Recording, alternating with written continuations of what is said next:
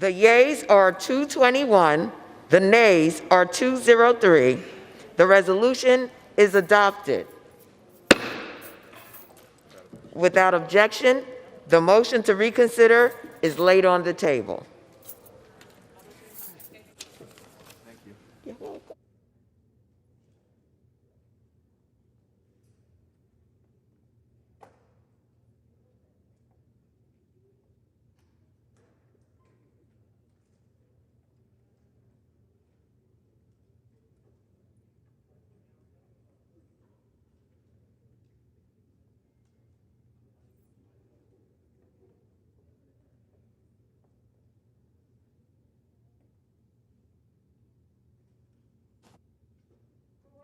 Does the gentleman from New York, Mr. Nadler, seek recognition? Madam Speaker, pursuant to House Resolution 41, I call up House Resolution 24 and ask for its immediate consideration in the House. The clerk will report the resolution. House Resolution 24, resolved that Donald John Trump, President of the United States, is impeached for high crimes and misdemeanors, and that the following article of impeachment be exhibited to the United States Senate. Article of impeachment exhibited by the House of Representatives of the United States of America in the name of itself and of the people of the United States of America against Donald John Trump, President of the United States of America, in maintenance and support of its impeachment against him for high crimes and misdemeanors. Article 1, incitement of insurrection. The Constitution provides that the House of Representatives shall have the sole power of impeachment, and that the President shall be removed from office on impeachment for and conviction of treason, bribery, or other crimes and misdemeanors.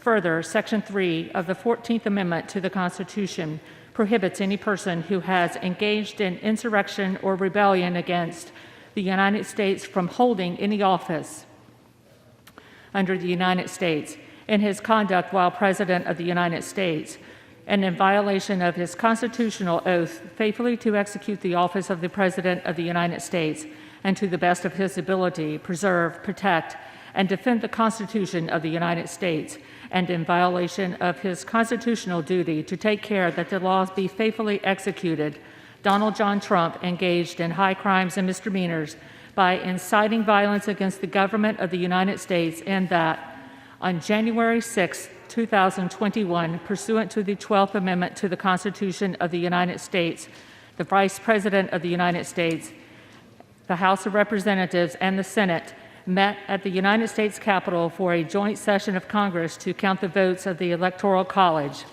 In the months preceding the joint session, President Trump repeatedly issued false statements asserting that the presidential election results were the product of widespread fraud and should not be accepted by the American people or certified by state or federal officials. Shortly before the joint session commenced, President Trump addressed a crowd at the Ellipse in Washington, D.C. There, he reiterated false claims that we won this election and we won it by a landslide. He also willfully made statements that, in context, encouraged and foreseeably resulted in lawless action at the Capitol, such as, if you don't fight like hell, you're not going to have a country anymore.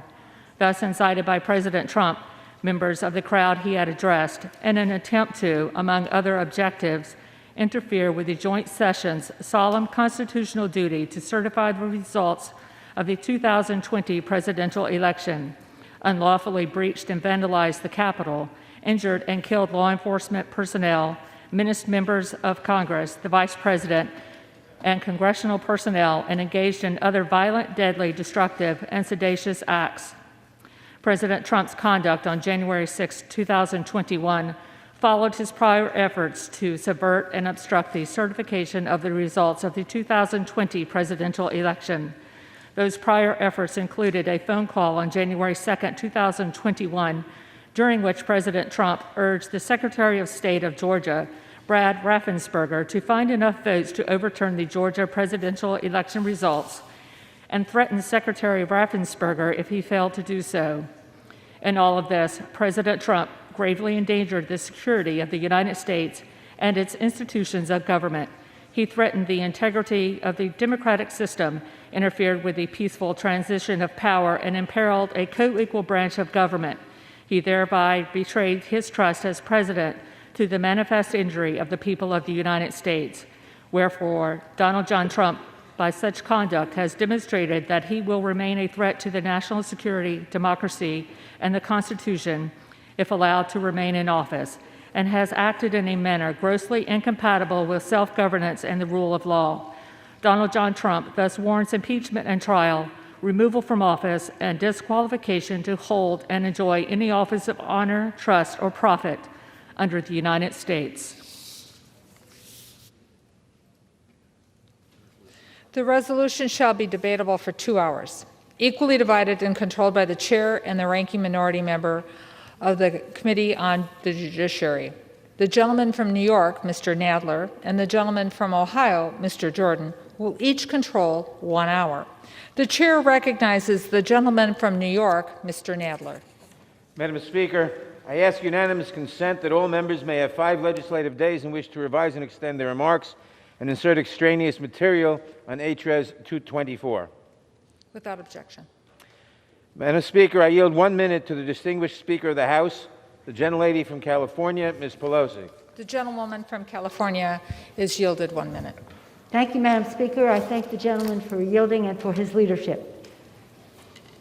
Madam Speaker, in his annual address to our predecessors in Congress in 1862, President Abraham Lincoln spoke of the duty of the patriot in an hour of decisive crisis for the American people. Fellow citizens, he said, we cannot escape history. We will be remembered in spite of ourselves. No personal significance or insignificance can spare one or another of us.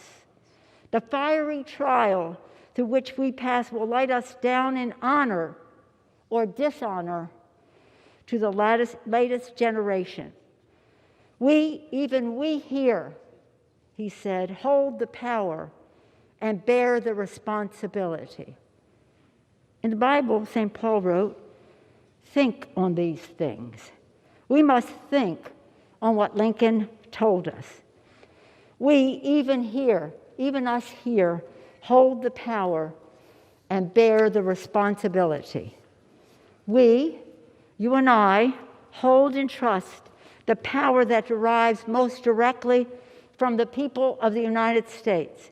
And we bear the responsibility to fill that oath that we all swear before God and before one another. The oath to defend the Constitution against all enemies, foreign and domestic, so help us God. We know that we faced enemies of the Constitution. We know we experienced the insurrection that violated the sanctity of the people's capital and attempted to overturn the duly recorded will of the American people. And we know that the President of the United States incited this insurrection, this armed rebellion against our common country. He must go. He is a clear and present danger to the nation that we all love. Since the presidential election in November, an election the president lost, he has repeatedly lied about the outcome, sowed self-serving doubt about democracy, and unconstitutionally sought to influence state officials to repeal reality. And then came that day of fire we all experienced. The president must be impeached, and I believe the president must be convicted by the Senate, a constitutional remedy that will ensure that the Republic will be safe from this man who was so resolutely determined to tear down the things that we hold dear and that hold us together. It gives me no pleasure to say this. It breaks my heart. It should break your heart. It should break all of our hearts. For your presence in this hallowed chamber is testament to your love for our country, for America, and to your faith in the work of our founders to create a more perfect union. Those insurrectionists were not patriots. They were not part of a political base to be catered to and managed. They were domestic terrorists, and justice must prevail. But they did not appear out of a vacuum. They were sent here by the president with words such as a cry to fight like hell. Words matter. Truth matters. Accountability matters. In his public exhortations to him, the president saw the insurrectionists not as the foes of freedom, as they are, but as a means to a terrible goal, the goal of his personally clinging to power, the goal of thwarting the will of the people, the goal of ending in a fiery and bloody clash nearly 2.5 centuries of our democracy. This is not theoretical, and this is not motivated by partisanship. I stand before you today as an officer of the Constitution, a Speaker of the House of Representatives. I stand before you as a wife, a mother, a grandmother, a daughter whose father proudly served in this Congress, Thomas D'Alessandro Jr. from Maryland, one of the first Italian Americans to serve in the Congress. And I stand here before you today as the noblest of things, a citizen of the United States of America. With my voice and my vote, with a plea to all of you, Democrats and Republicans, I ask you to search your souls and answer these questions. Is the president's war on democracy in keeping with the Constitution? Were his words an insurrectionary mob a high crime and misdemeanor? Do we not have the duty to our oath to do all we constitutionally can to protect our nation and our democracy from the appetites and ambitions of a man who has self-evidently demonstrated that he is a vital threat to liberty, to self-government, and to the rule of law? Our country is divided, we all know that. There are lies abroad in the land spread by a desperate president who feels his power slipping away. We know that too.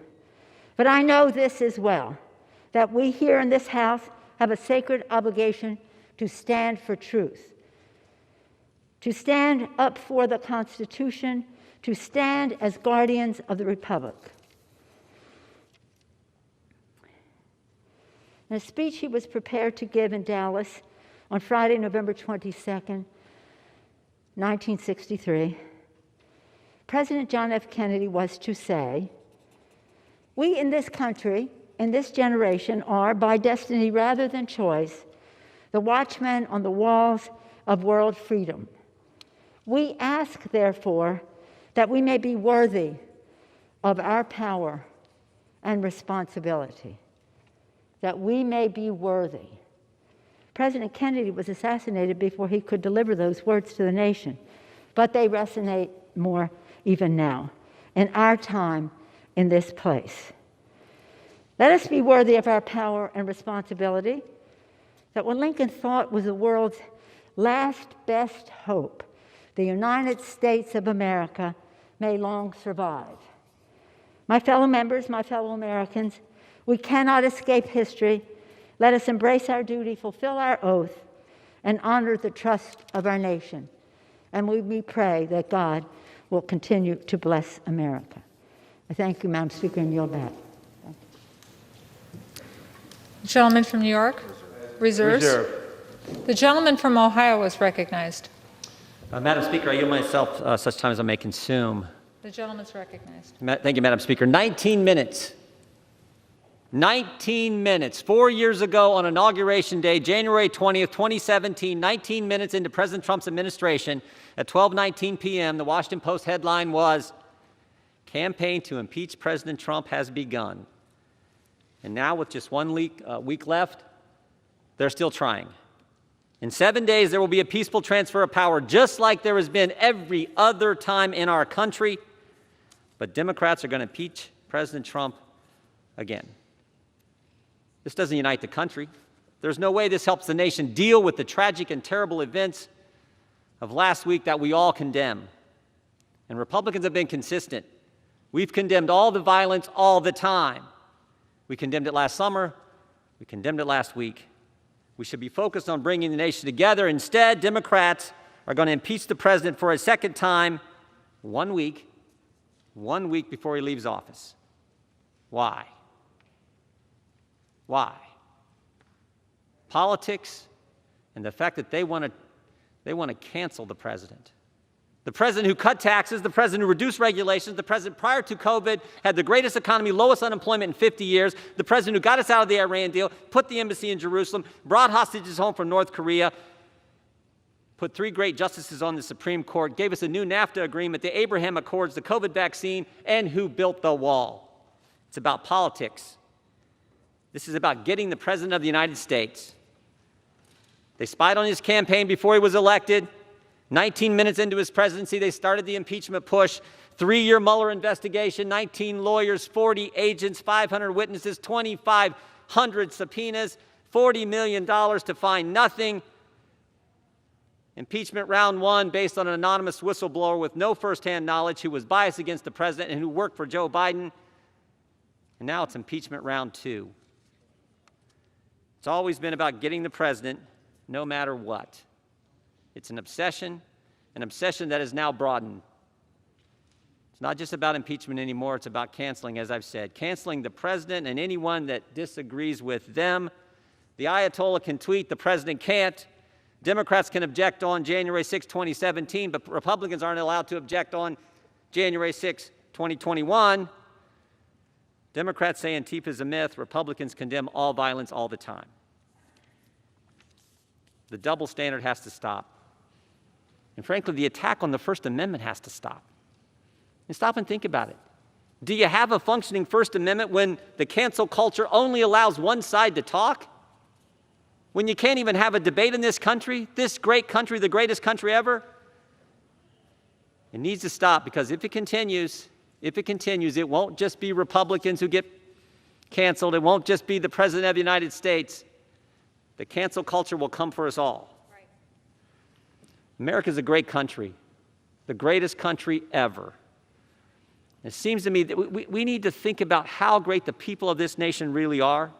Think about what we've accomplished in the past and begin to come together as leaders who represent so many great folks across our districts. Think about this. Think about this. In 1903, in Kitty Hawk, North Carolina, 2 guys fly this thing they called a plane 100 feet. Barely got off the ground. Barely got off the ground. Amazing thing. 44 years later, Chuck Yeager breaks the sound barrier. In 44 years, we go from 2 guys flying a contraption they called a plane a few hundred feet to Chuck Yeager breaking the sound barrier. And 22 years after that, another American steps on the moon. Think about it. In one lifetime, in 66 years, 2 guys flying 100 feet to putting a man on the moon. That's what this country is capable of. That's what we can do. And we, as the Congress who represent the people who did that, should start leading. Should start understanding what really is going on here. So I hope we defeat this. I hope we can begin to come together and recognize the greatness of the American people and focus on the things they want us to focus on. I yield back our time. Gentleman reserves. The gentleman from New York is recognized. Madam Speaker, I yield myself 3 minutes. Gentleman from New York is recognized for 3 minutes. Madam Speaker, we all saw it coming. Months in advance, President Trump was baselessly and deliberately whipping his supporters into a frenzy. Weeks before the riot, he used his bully pulpit to spread lies about the election. He told his supporters that the results were fraudulent. He implored them again and again to help him stay in power. And he convinced them that accepting the outcome of the election posed an existential threat to their families and their freedoms. We have a duty to observe, Madam Speaker, that racism played a direct role in this incitement. The president's violent rhetoric is always at its most fevered pitch when he is talking about the civil rights and civic aspirations of Black Americans and other minority communities. On January 6th, at a rally that was large, angry, and widely reported to be armed, the president's lies and violent rhetoric reached their crescendo. At that rally, the president took the stage. After reiterating the falsehood that we won this election, and we won it by a landslide, he told the crowd that if you don't fight like hell, you're not going to have a country anymore. And then he urged the mob to walk down Pennsylvania Avenue to prevent the Congress from confirming the election of an illegitimate president. On that day, President Trump unleashed the force of a mob on this, the People's House. He encouraged that attack with the explicit intent to disrupt the joint session of Congress, an attack that threatened the safety of the Vice President, the Speaker of the House, and the President pro tem of the Senate, the next three officers in the line of succession. And look at what that violence has wrought.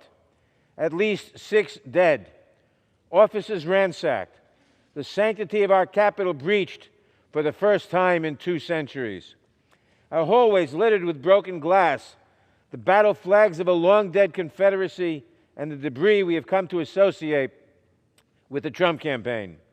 Madam Speaker, I have faith in the resiliency of our government. We will bring the rioters to justice. Their accomplices in this House will be held responsible. But today, we must focus on the gravest threat first. President Trump, who incited this riot and who remains a grave danger to the nation. As we warned the Senate when we tried him for his first impeachment, President Trump has made clear in word and deed that he will persist in such conduct if he is not removed from power. He poses a continuing threat to our nation, to the integrity of our elections, and to our democratic order. He must not remain in power one moment longer. Not one moment longer. The danger is too great. We must impeach. I reserve the balance of my time. The gentleman reserves the balance of his time. The gentleman from Ohio is recognized. To the gentleman from California, Mr. McClellan. The gentleman from California is recognized for 2 minutes. The gentleman from California is recognized for 2 minutes. We'll go 4 minutes. Excuse me. I didn't realize that. The gentleman from Ohio, in control of the time on that side of the aisle, wishes to yield 4 minutes to the gentleman from California. Correct? Yes. The gentleman from California is recognized for 4 minutes. Thank you, Madam Speaker. You know, I didn't like the President's speech on January 6th either. I thought he was wrong to assert that the Vice President in Congress can pick and choose which electoral votes to count. He was wrong to set such a confrontational tone in a politically tense situation. But what did he actually say? His exact words were, quote, "I know that everyone here will soon be marching over to the Capitol building to peacefully and patriotically make your voices heard," unquote. That's impeachable? That's called freedom of speech. Now, he also threatened to oppose candidates in future elections. And by the way, that was directed at Republicans like me who'd resolved to uphold the constitutional process and protect the Electoral College. Well, so what? That's called politics. If we impeached every politician who gave a fiery speech to a crowd of partisans, this Capitol would be deserted. That's what the President did. That is all he did. He specifically told the crowd to protest peacefully and patriotically, and the vast majority of them did. But every movement has a lunatic fringe. Suppressing free speech is not the answer. Holding rioters accountable for their actions is the answer. And we are.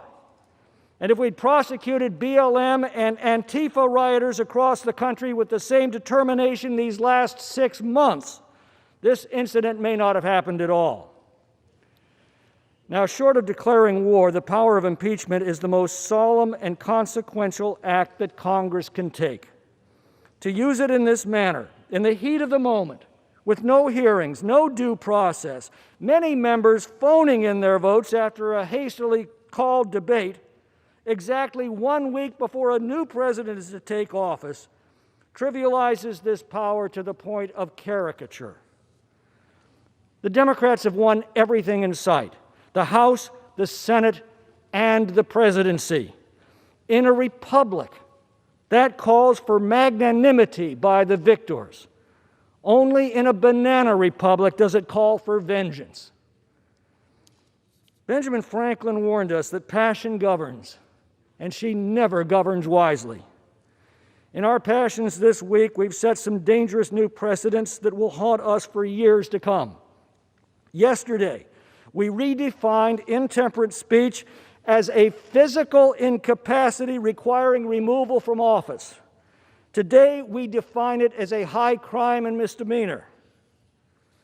Well, the moment any member of this body gives an impassioned speech and the lunatic fringe of their movement takes license from it, be prepared to answer to this new precedent that we established today.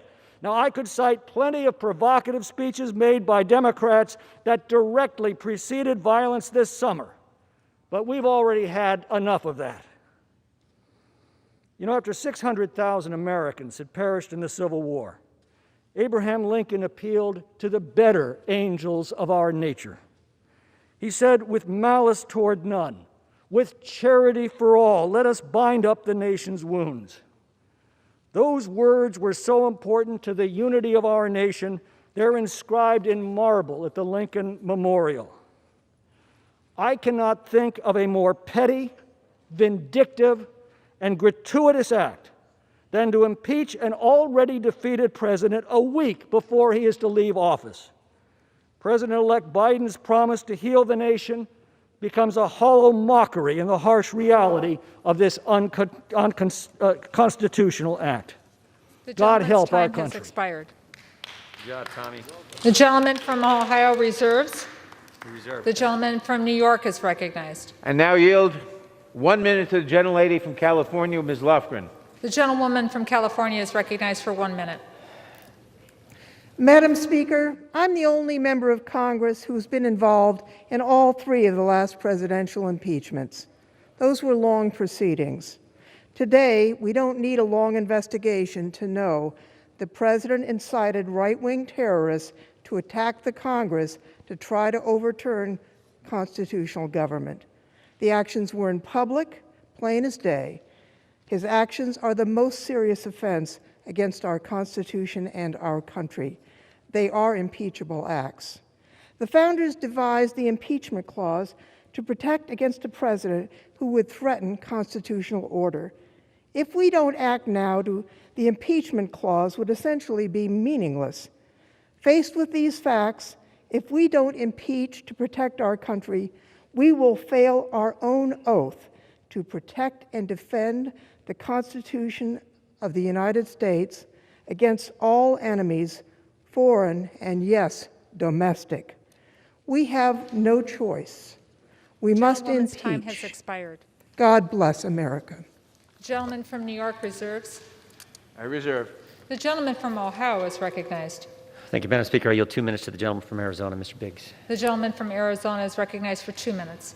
It is with wariness and a certain unhealthy, morbid curiosity that I watch the beast attempt to devour President Donald J. Trump again.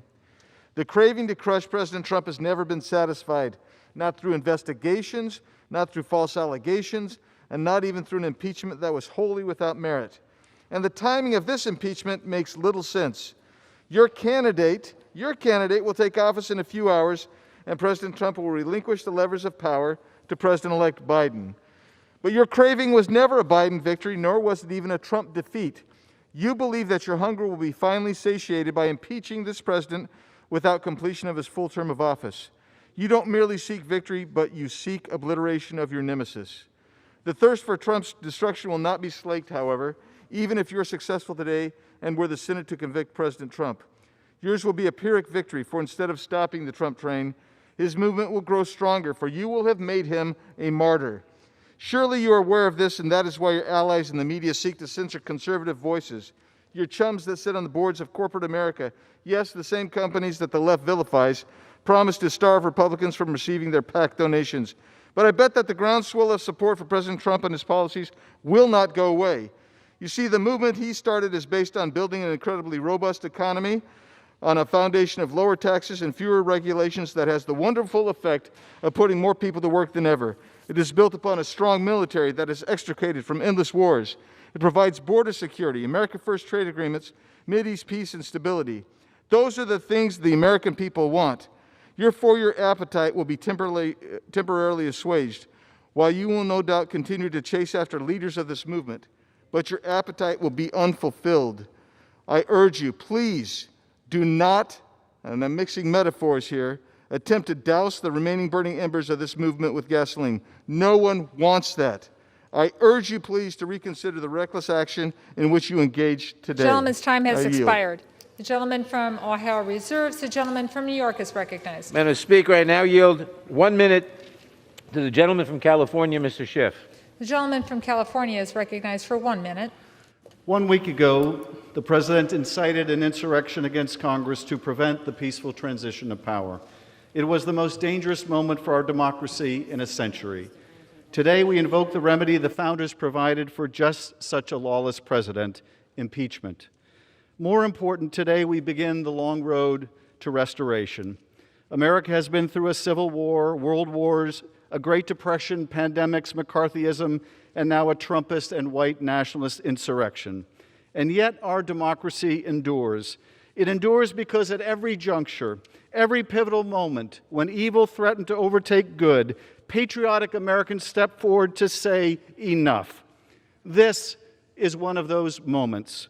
To preserve this sacred place, this citadel of democracy for ourselves and for posterity, let us say enough.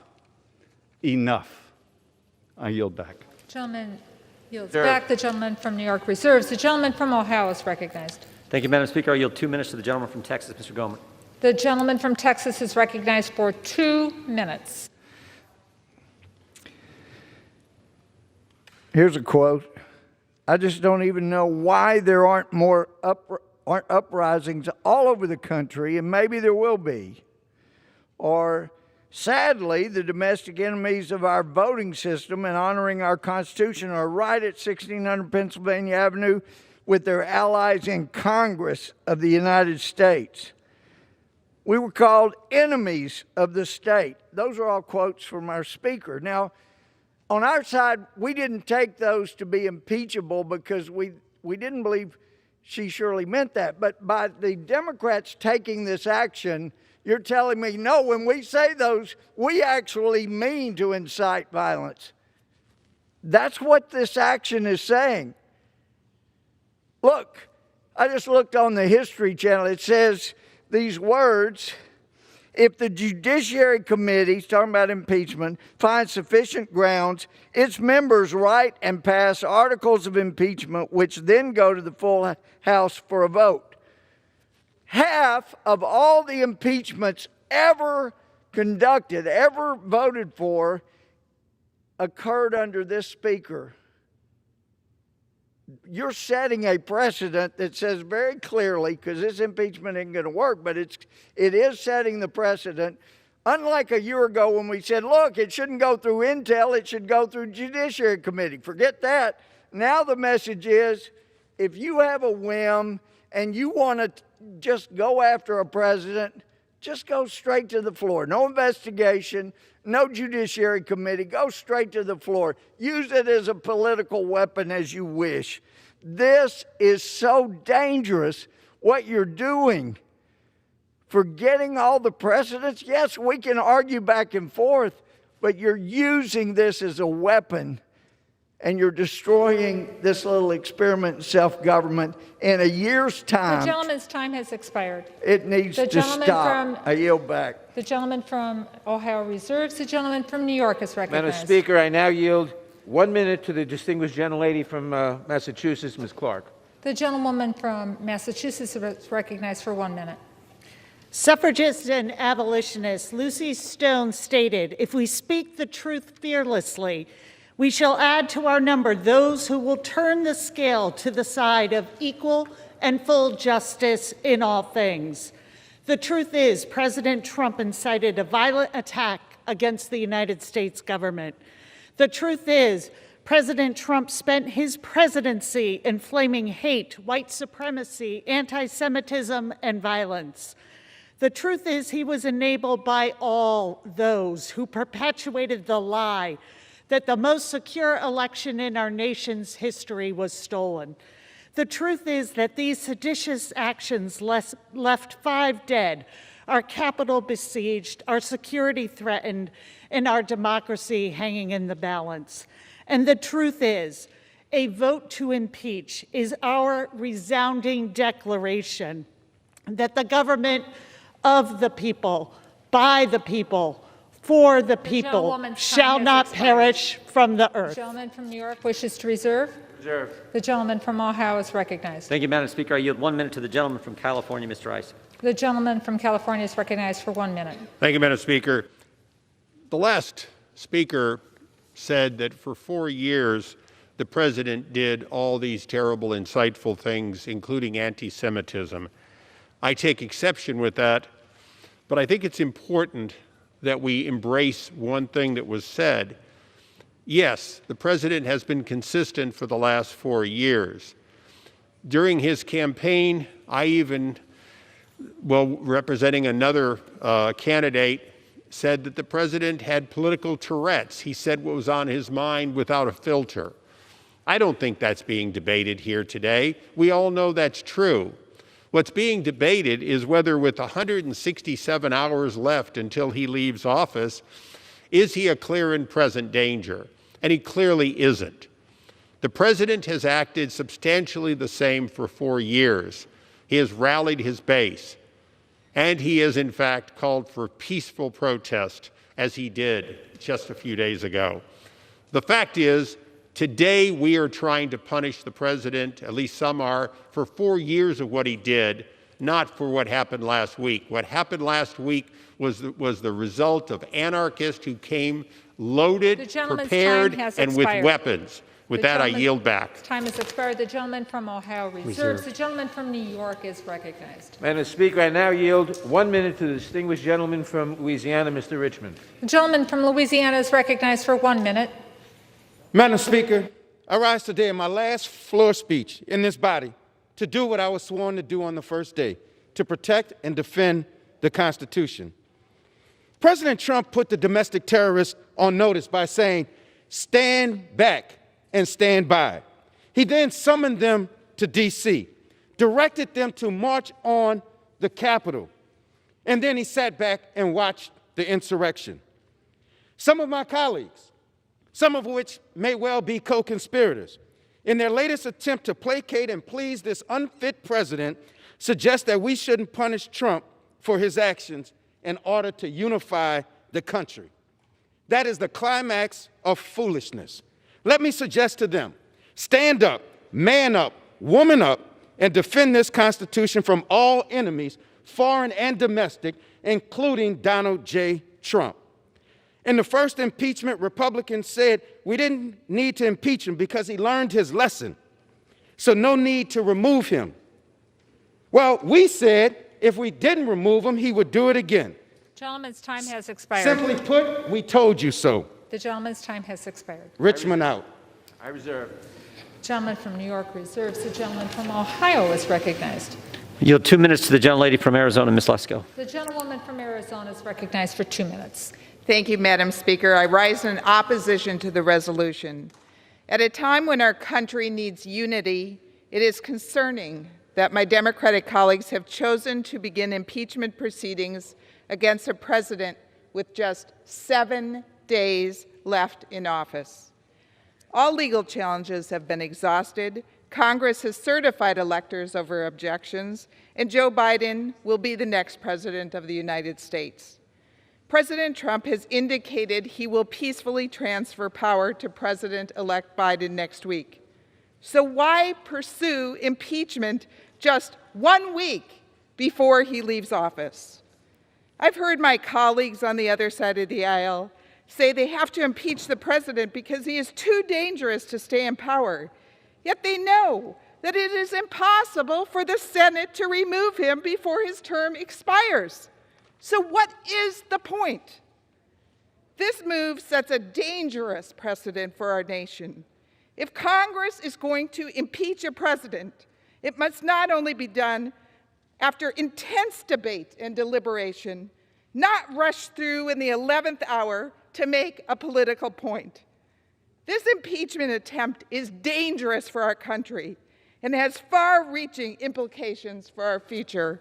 And with that, Madam Speaker, I yield back.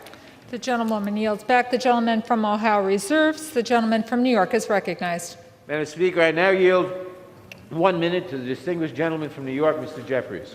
The gentleman from New York is recognized for 1 minute. Madam Speaker, I did not come to Congress to impeach Donald Trump, but the constitutional crimes by an out-of-control president inspired by his hatred and the big lie that he told cannot be ignored. Donald Trump is a living, breathing, impeachable offense. It is what it is. The violent attack on the U.S. Capitol was an act of insurrection incited by Donald Trump. He is a clear and present danger to the health, safety, and well-being of the American people, and that is why this impeachment is necessary on the House floor for a second time with a bipartisan majority. Violence will not win. Insurrection will not win. Sedition will not win. Terror will not win. Lawlessness will not win. Mob rule will not win. Not today, not tomorrow, not ever. Democracy will prevail. The gentleman's time has expired. The gentleman from New York reserves. The gentleman from Ohio is recognized. Madam Speaker, we reserve. Gentleman reserves. Gentleman from New York. Madam Speaker, I now yield 1 minute to the distinguished gentleman from California, Mr. Aguilar. The gentleman from California is recognized for 1 minute.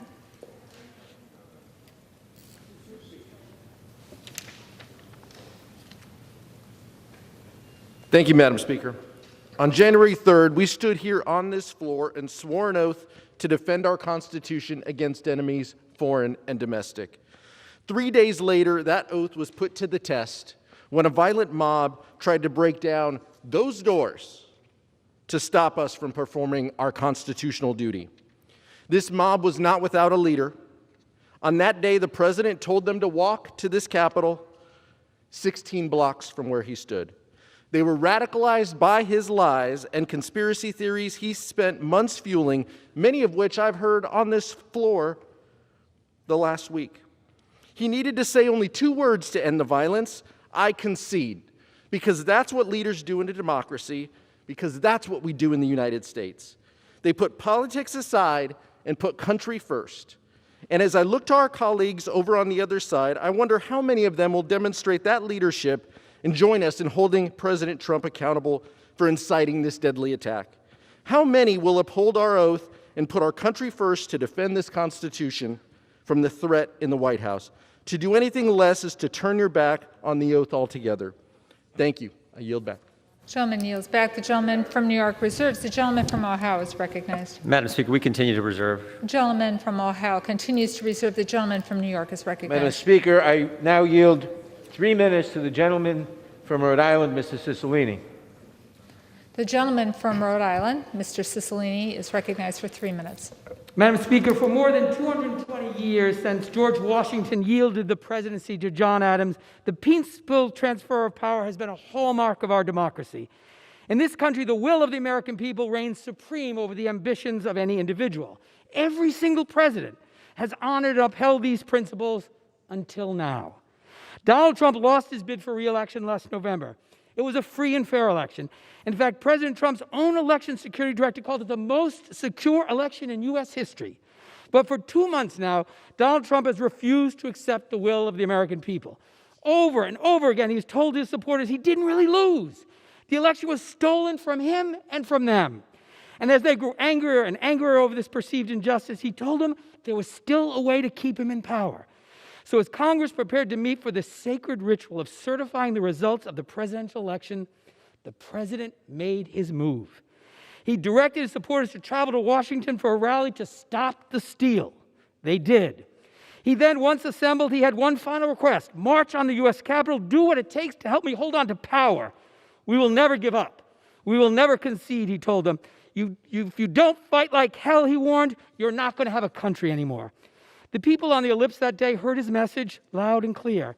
They answered his call for insurrection. As the third-ranking Republican in this chamber put it, he summoned the mob, assembled the mob, and lit the flame of this attack. Armed with guns, pipe bombs, bats, shields, zip ties, and more, they set their sights on the U.S. Capitol. They stormed the citadel of our democracy, Hundreds of domestic terrorists did what Donald Trump wanted them to do. They seized the Capitol and tried to end our country's 234-year experiment in democracy, as the Trump family and White House aides watched gleefully on television. They searched the halls of this building for the vice president, who they came to hang for treason. They overran the office of the speaker, who they came to assassinate. They sought above all else to seize control of our government in the name of Donald Trump. Let that sink in. The terrorists who stormed this building planned to hang the vice president, kill the speaker, and topple our government. They took down the American flag and replaced it with a Trump flag. I ask my colleagues on the other side of the aisle who are not planning to vote for this article, is this the kind of country you want to live in? What are you going to tell your children and grandchildren when they ask what you did in this moment? Did you stand for the republic or for this president? Heed the words of Abraham Lincoln, the first Republican president who told our country that a house divided against itself cannot stand. This great house in which he served cannot and will not endure if we do not stand together now.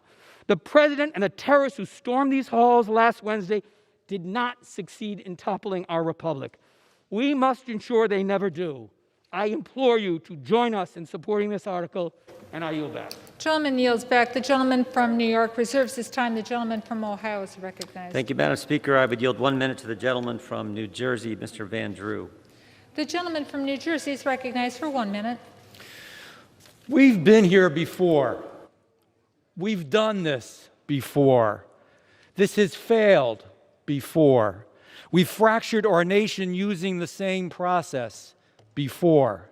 Congress must be the glue that starts unifying everyone. By the time this process would conclude, the man they want out of office will no longer even be the president. If we want unity, this is not the way. America was and is the leading light in the world. This proceeding has continued to cloak our nation in darkness. Nearly half the country supports our current president. This takes their voice away. We must be bigger and better than the most base of instincts that have been driving our political discourse. It is destroying us. Let's link arms with one another and begin to heal. Let's stop this impeachment. I yield back. Gentleman yields back. The gentleman from Ohio reserves. The gentleman from New York is recognized. Madam Speaker, I now yield 1 minute to the distinguished gentleman from Colorado, Mr. Neguse. The gentleman from Colorado is recognized for 1 minute. Thank you, Madam Speaker. Thank you to the chairman. President Trump's actions, encouraging, inciting a mob that stormed the United States Capitol for the sole purpose of stopping the constitutionally mandated counting of electoral votes, cannot go unanswered by this body. He must be impeached. If Congress does not act, if we shrink from our constitutional responsibilities to defend our republic, it will undoubtedly undermine the vision of America as the last best hope of earth, as Abraham Lincoln so eloquently said so many years ago. So to the millions of Americans watching today, I hope you understand that we are proceeding on this path out of love for our country. I will honor my oath today. I will vote for impeachment. And I pray that my colleagues will muster the courage to do the same. And with that, I yield back. The gentleman yields back. The gentleman from New York reserves. The gentleman from Ohio is recognized. Madam Speaker, we reserve. Gentleman from Ohio reserves. Gentleman from New York. Madam Speaker, I now yield 2 minutes to the distinguished gentleman from South Carolina, Mr. Clyburn. The gentleman from South Carolina is recognized for 2 minutes. Thank you, Madam Speaker, and I thank the gentleman for yielding me the time. Madam Speaker, I rise in support of the article of impeachment. Last Wednesday, we gathered to follow the Constitution's simple instruction to count the electoral votes that have been tallied by the states and submitted to us. This president refused to accept those results. Instead, he sought to overturn them by inciting a violent insurrection. But we were not deterred from doing our constitutional duty. Today, we must do our constitutional duty once again. While the president failed in his attempt to upend our democracy last Wednesday's events, make clear that if we do not hold him accountable and remove him from power, a future attempt could very well be successful. The survival of our democracy depends on defeated candidates accepting their defeats, as has been the case in every presidential election since 1864. Our January 6th joint session is a vital part of the transfer of power, not the contest for power.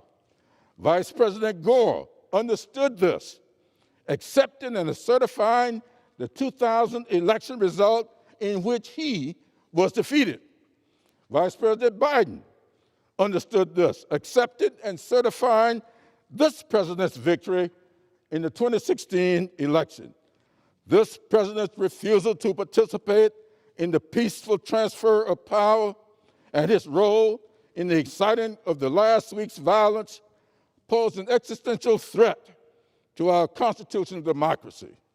This threat must be extinguished immediately. This president must be impeached and convicted, and he must be prevented from ever attempting to seize power again. With that, I'll yield back. Gentleman yields back. The gentleman from New York reserves. The gentleman from Ohio is recognized. Thank you, Madam Speaker. I yield 2 minutes to the gentleman from Colorado, Mr. Buck. The gentleman from Colorado is recognized for 2 minutes. I thank the gentleman for yielding time. Madam Speaker, I've heard that President Trump radicalized the group the rioters who stormed this Capitol, and I would say that we need to look no further than ourselves to find out what happened and to look at history. Americans were frustrated when they learned that the FBI was investigating the Trump campaign. They were frustrated to learn that the Obama administration and the DNC had created this false campaign against the Trump administration. They were frustrated, Madam Speaker, when the inauguration of the president was boycotted by over 40 Democrat members of this House. They were frustrated to read in the Washington Post the day after the inauguration, "Let the impeachment begin." They were frustrated when members of this House spoke over and over about impeaching the president days into his administration. And then the socialists in Hollywood joined their allies in Congress. Robert De Niro said that he wanted to punch the president in the face. Madonna thought about blowing up the White House. Kathy Lee Griffin held up a likeness of the president's beheaded head, and nothing was said by my colleagues at that point in time. In fact, one Democrat colleague said that Trump supporters should be harassed wherever they are, in restaurants, on the street, in supermarkets.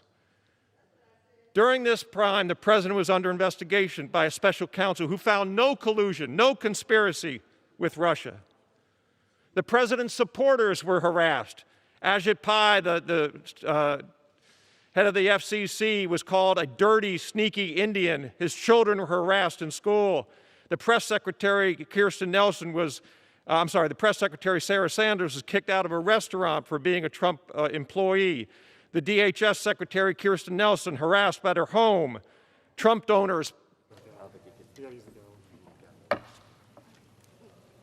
were publicly... Gentleman's time has expired.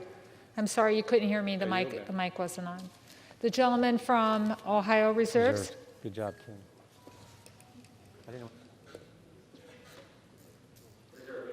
The gentleman from Ohio reserves. The gentleman from New York is recognized. Madam Speaker, I now yield 2 minutes to the distinguished gentleman from Maryland, Mr. Raskin. The gentleman from Maryland is recognized for 2 minutes. Smashing windows and beating police officers over the head with fire extinguishers, a bloodthirsty mob attacked the Capitol and invaded this Congress last Wednesday. They erected a gallows and repeatedly chanted, "Hang Mike Pence." They stormed Speaker Pelosi's office yelling, "Where's Nancy?" They brandished the Confederate battle flag and occupied the Senate chamber. They wounded dozens of people, hospitalizing dozens of people, killed 5 of our people. For 6 hours, they shut down the counting of electoral college votes. our sacred process under the Constitution for peaceful transfer of power in the United States. They may have been hunting for Pence and Pelosi to stage their coup, but every one of us in this room right now could have died. As Senator Lindsey Graham said, the mob could have blown the building up. They could have killed us all. And now the far right is calling for return engagement from January 17th to January 20th. They're asking the president to pardon the conspirators in last week's rampage as they prepare for a race war again next week. And it's a bit much to be hearing that these people would not be trying to destroy our government and kill us if we just weren't so mean to them. Well, despite the floor leader's desperate effort to polarize this body and this nation along party lines, it is the chair of the Republican conference who best articulated what happened in a statement yesterday, and I recommend every American read this. Liz Cheney of Wyoming, the elected chair of the Republican conference, wrote, "The president summoned this mob, assembled this mob, and lit the flame of this attack. Everything that followed was his doing. None of this would have happened without the president. The president could have immediately and forcefully intervened to stop the violence. He did not. There has never been a greater betrayal by a president of the United States of his office." Request 10 seconds. Gentleman from New York, I yield an additional 10 seconds. an additional 10 seconds to the gentleman from Maryland. Cheney says there's never been a greater betrayal by a president of the United States of his office and his oath to the Constitution. Read Ms. Cheney's statement. Let's come together and impeach the president for this high crime against the republic. We don't have a minute to spare. He is a clear and present danger to the people. The gentleman from New York reserves. The gentleman from Ohio is recognized. Madam Speaker, I yield 2 minutes to the gentleman from Florida, Mr. Gates. The gentleman from Florida is recognized for 2 minutes. Seems to me that impeachment is an itch that doesn't go away with just one scratch. It also seems that President Trump may be most likely to be impeached when he is correct. Before the last presidential impeachment, President Trump rightly pointed out the improper activities of the Biden crime family, and subsequently he's been proven right. And don't think for a moment, Madam Speaker, that we're going to drop that or stop our pursuit for the truth. Before that, we had the Russia hoax, where you had the president rightly making claims that Hillary Clinton and the DNC were colluding with Russians to disorient our democracy. How right he turned out to be. And then we have the 2020 presidential election, where the president correctly pointed out unconstitutional behavior, voting irregularities, concerns over tabulations, dead people voting, and now impeachment again. When they go low, we kick them. Eric Holder, former Attorney General under Barack Obama, breaching the Capitol was as low can be. We all denounce it. But who is it that they're kicking? The president, who created soaring highs for our economy, rising wages before the pandemic, 400 miles of wall to stop the caravans, who drew down troops in the Middle East and showed empathy for the forgotten men and women of our country. It's why so many people love him so much, and it's why they're kicking all of us. This president has faced unprecedented hatred and resistance from big media, big tech, and big egos, from congressional leaders on both sides of the aisle. Before the rioters tore through that glass, Speaker Pelosi stood at that rostrum and tore through the president's State of the Union speech, inciting anger, resentment, division. Some believe that truly these true colors are being shown now through this divisive partisan impeachment. The Speaker of the House, I would request an additional 40 seconds. Go through the speaker, please. The gentleman from Ohio. Madam Speaker, I yield the gentleman an additional 40 seconds. 4 seconds or 40 seconds? Yep. 40 seconds. 45 seconds. I thank the gentleman. The Speaker said to us just moments ago, words matter. But apparently those words don't matter when they're uttered by Democrats. When the gentlelady from Massachusetts calls for unrest in the streets. When the gentlelady from California brazenly brags that she called for people to get in the faces of those who serve and support the president. I denounce political violence from all ends of the spectrum. But make no mistake, The left in America has incited far more political violence than the right. For months, our cities burned, police stations burned, our businesses were shattered, and they said nothing.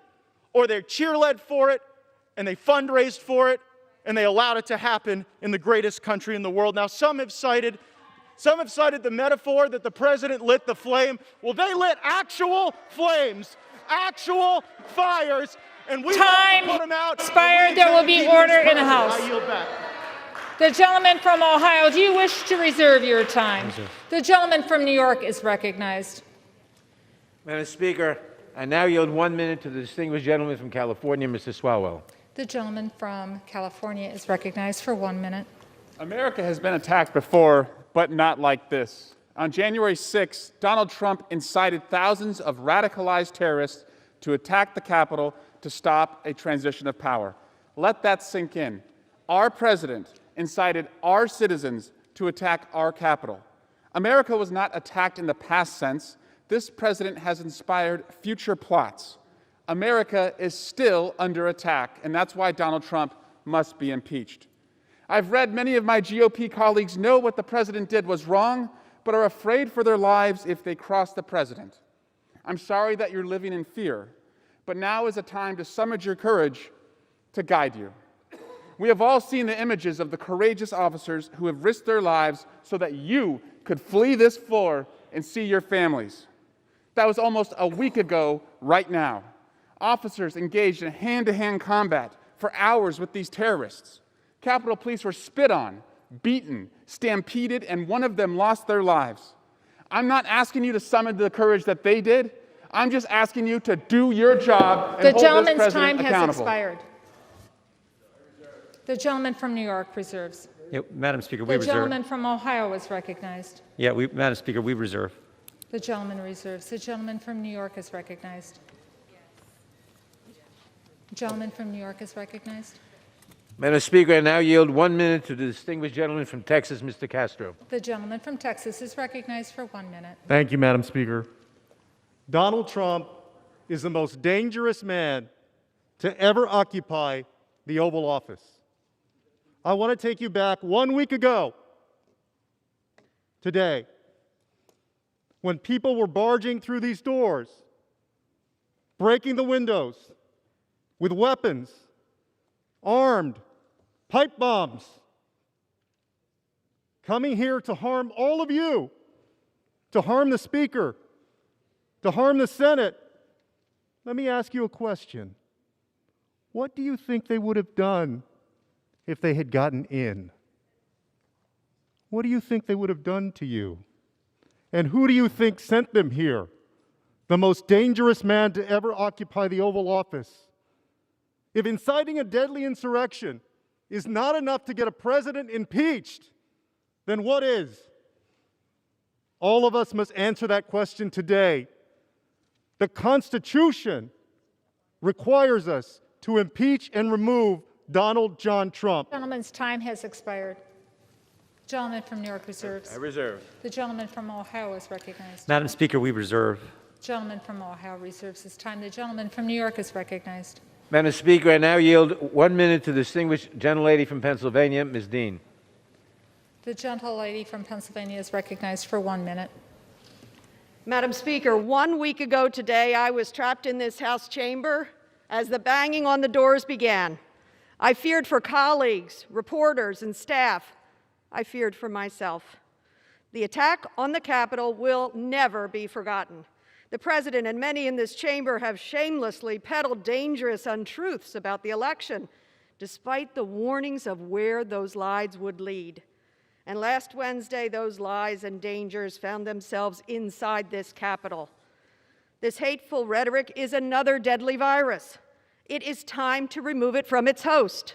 To heal, we need accountability and truth. That begins by acknowledging the President's dangerous lies and their deadly consequences.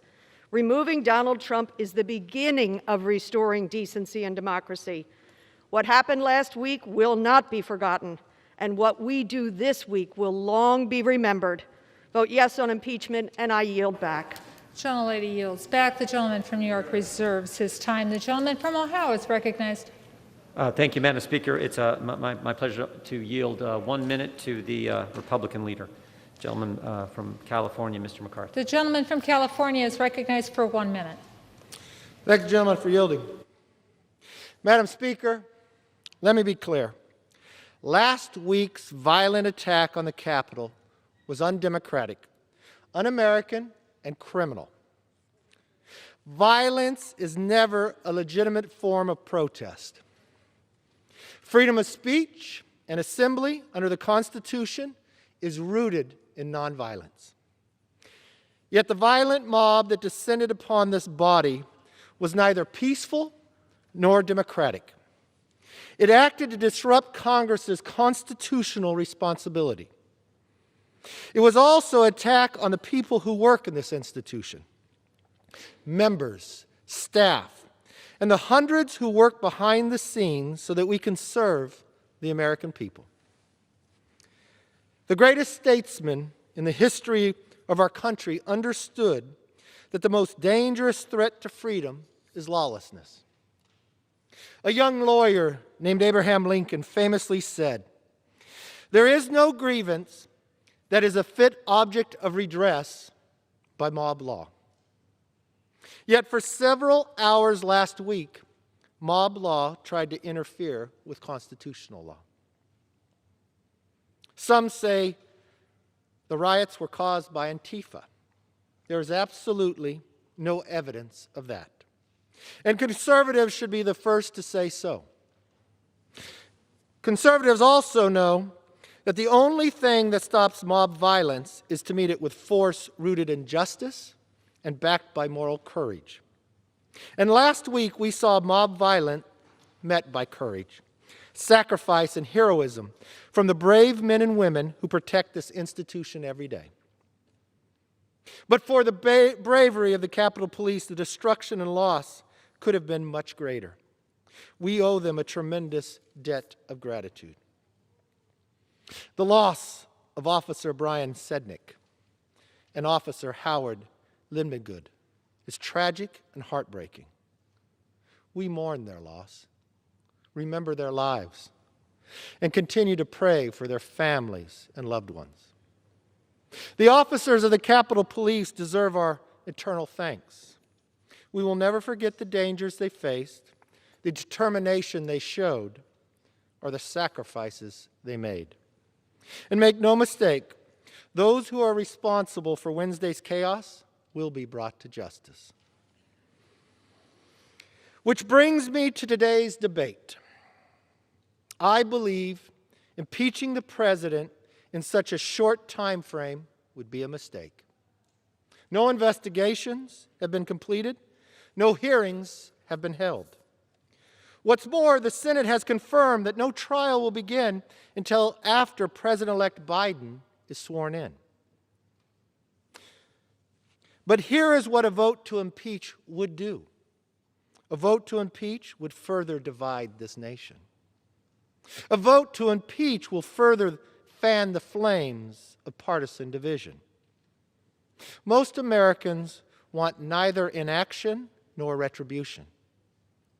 They want durable, bipartisan justice.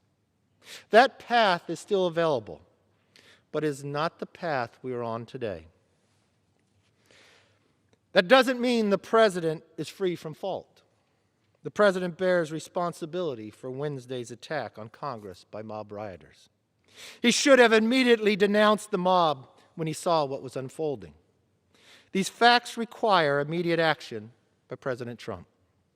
Accept his share of responsibility, quell the brewing unrest, and ensure President-elect Biden is able to successfully begin his term. And the president's immediate action also deserves congressional action, which is why I think a fact-finding commission and a censure resolution would be prudent. Unfortunately, that is not where we are today. Truly, this past week was one of the most difficult for Congress and our nation. Of all the days here, last Wednesday was the worst day I've ever seen in Congress. Our country is deeply hurt. So where do we go from here? After all the violence and chaos of the last week, is it important to remember that we're still here to deliver a better future for all Americans. It does not matter if you are liberal, moderate, or conservative. All of us must resist the temptation of further polarization. Instead, we must unite once again as Americans. I understand for some this call for unity may ring hollow. But times like these are when we must remember who we are as Americans and what we as a nation stand for. And as history shows, unity is not an option, it's a necessity. It is as necessary today as it was at the start of our country. I want us all to think back to how John Adams and the Federalist Party handed power over to Thomas Jefferson and his party after the election of 1800. That election, and indeed that era, was one of the most divisive ever. Partisans used every dirty trick in the book. They demonized each other, dismissed reasonable dissent, and described their opponents as seditious. Sound familiar? The election of 1800 could have destroyed our young nation. But instead of breaking us, it helped us bring us together, thereby preserving the world's last best hope of freedom. After a hard-fought battle over the Electoral College in Congress, Adams conceded. And a peaceful transfer of power, the first in American history, took place. Jefferson, for his part, put aside the division of the era and preached forgiveness, yes, unity. In his first inaugural address, he famously said, "Every difference of opinion is not a difference of principle."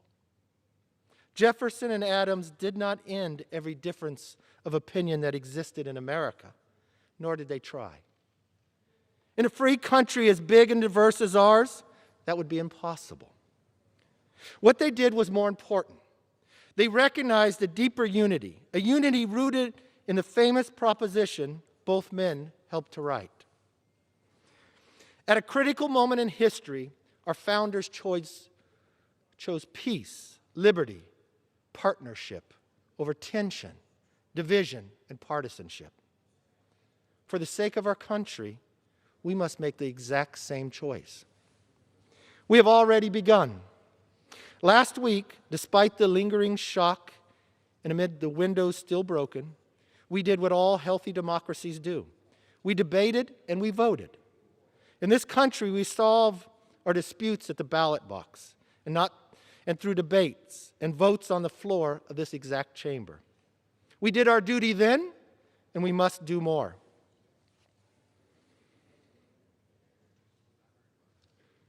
The eyes of the nation and the world are upon us. We must seize this opportunity and heal and grow stronger.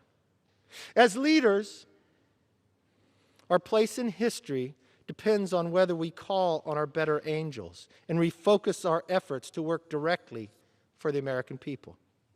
United, we can deliver peace, strength, and prosperity our country desperately needs. Divided, we will fail. What we saw last week was not the American way. Neither is the continued rhetoric that Joe Biden is not the legitimate president. Let's be clear. Joe Biden will be sworn in as President of the United States in 1 week because he won the election. And the presidency and this Congress will face immediate challenges that must be addressed. I stand ready to assist in that effort with good faith, goodwill, and an open hand. The United States remains exceptional. We remain extraordinary. In the coming weeks and months, we must work together, all of us, to recharge the light of our shining city on the hill. History has shown us a way. History has given us a path. Just as Adams and Jefferson has shown, now is the moment that we should do the exact same. In these trying times, may God continue to bless America. And let's chart a course that history will repeat but not what's happening today. I yield back. The gentleman yields back. The gentleman from Ohio continues to reserve. The gentleman from New York is recognized. Madam Speaker, I now yield 1 minute to the distinguished gentlelady from Colorado, Ms. DeGette. The gentlewoman from Colorado is recognized for 1 minute. Thank you, Madam Speaker. Madam Speaker, just over a year ago, I stood right there where you're standing today as we took the solemn step of impeaching the President of the United States for pressuring a foreign leader to take unlawful actions to help him in his reelection. And now, just 1 week ago, almost to the hour, I laid right there on the floor of the gallery above us. I heard gunshots in the Speaker's lobby. I heard the mob pounding on the door. And what they were trying to do, they were all an angry mob incited by the President, trying to stop certification of a legitimate election. It's clear the President learned nothing in the last year. Yesterday, the President said again he did nothing wrong. This man is dangerous. He has defied the Constitution. He's incited sedition, and he must be removed. We all took a pledge on January 3rd to uphold the Constitution. We must honor that oath. We must vote yes on this article of impeachment. I yield back. Expired. The gentlewoman yields back. The gentleman from New York reserves. The gentleman from Ohio is recognized. Thank you, Madam Speaker. I would yield 1 minute to the gentlelady from Colorado. The gentlewoman from Colorado is recognized for 1 minute. Glory to God. Madam Speaker, I rise today to oppose this impeachment and denounce the recent violence on the Capitol, just as I oppose the previous impeachment and the violence we've all witnessed all summer long across our great country. Make no mistake here, the hypocrisy of the left is on full display. Quote, go to the Hill, get in the face of some Congress people. We've got to fight in Congress, fight in the courts, fight in the streets. Take him behind the gym and beat the hell out of him. Go and take Trump out tonight. Sound familiar? What about the gentlewoman from New York who defended the looting by saying looters just wanted loaves of bread? Well, the last I checked, Best Buy and Teslas and stores of the like do not produce baked goods. Where's the accountability for the left after encouraging and normalizing violence? Rather than actually helping American people in this time, we start impeachments that further divide our country. I call bullcrap when I hear the Democrats demanding unity. Sadly, they are only unified in hate. Expired. Thank you. I yield.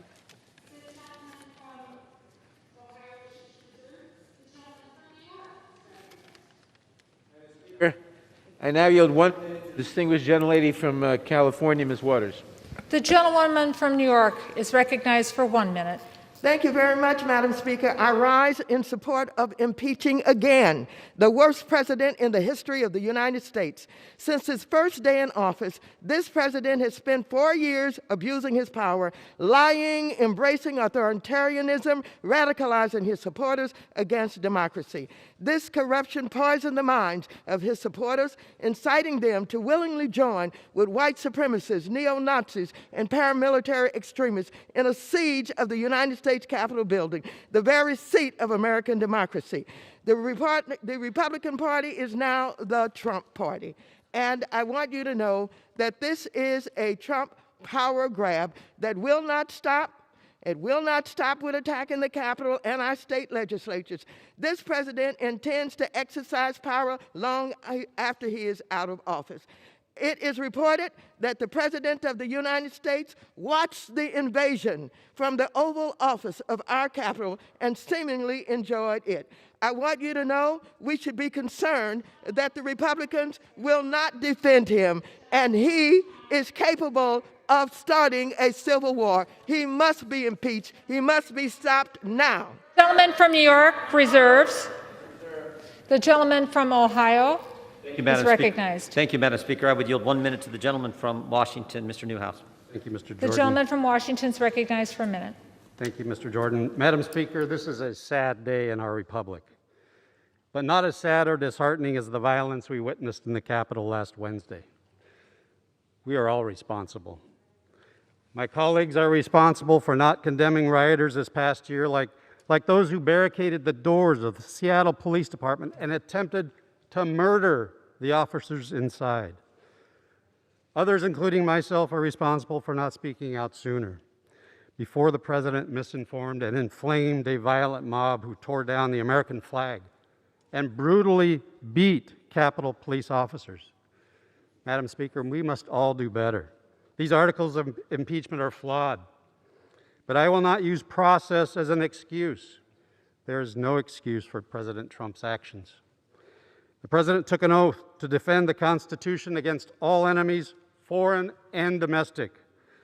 Last week, there was a domestic threat at the door of the Capitol, and he did nothing to stop it.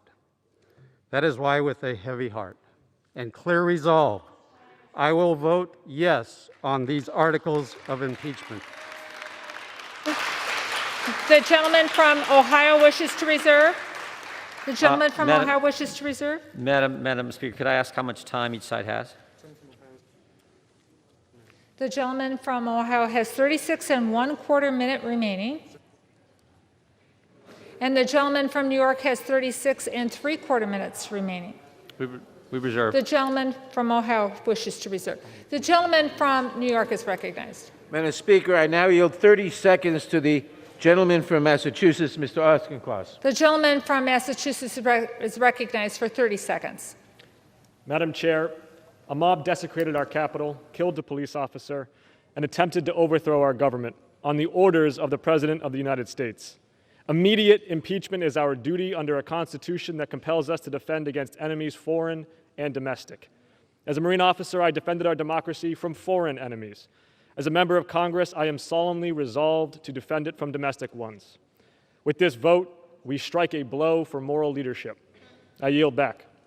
Yields back. The gentleman from New York wishes to reserve. The gentleman from Ohio is recognized. Madam Speaker, I yield 2 minutes to the gentleman from Ohio, Mr. The gentleman from Ohio is recognized for 2 minutes. Madam Speaker, America is at a crossroads. As the violent riots at the Capitol last week so painfully and shockingly reminded us, the unhinged partisan rhetoric that too often consumes the political dialogue in this country has become toxic and is tearing us apart. If we continue down this path, there's no telling how much damage to our union there may be. Sadly, that's what's happening here today. The majority is rushing through yet a second impeachment of President Trump, who has but 7 days remaining in office. As prominent constitutional law professor Jonathan Turley has cautioned, today a dangerous precedent is being set that could lead to the normalization of snap impeachments without any hearings or any meaningful discussion or debate.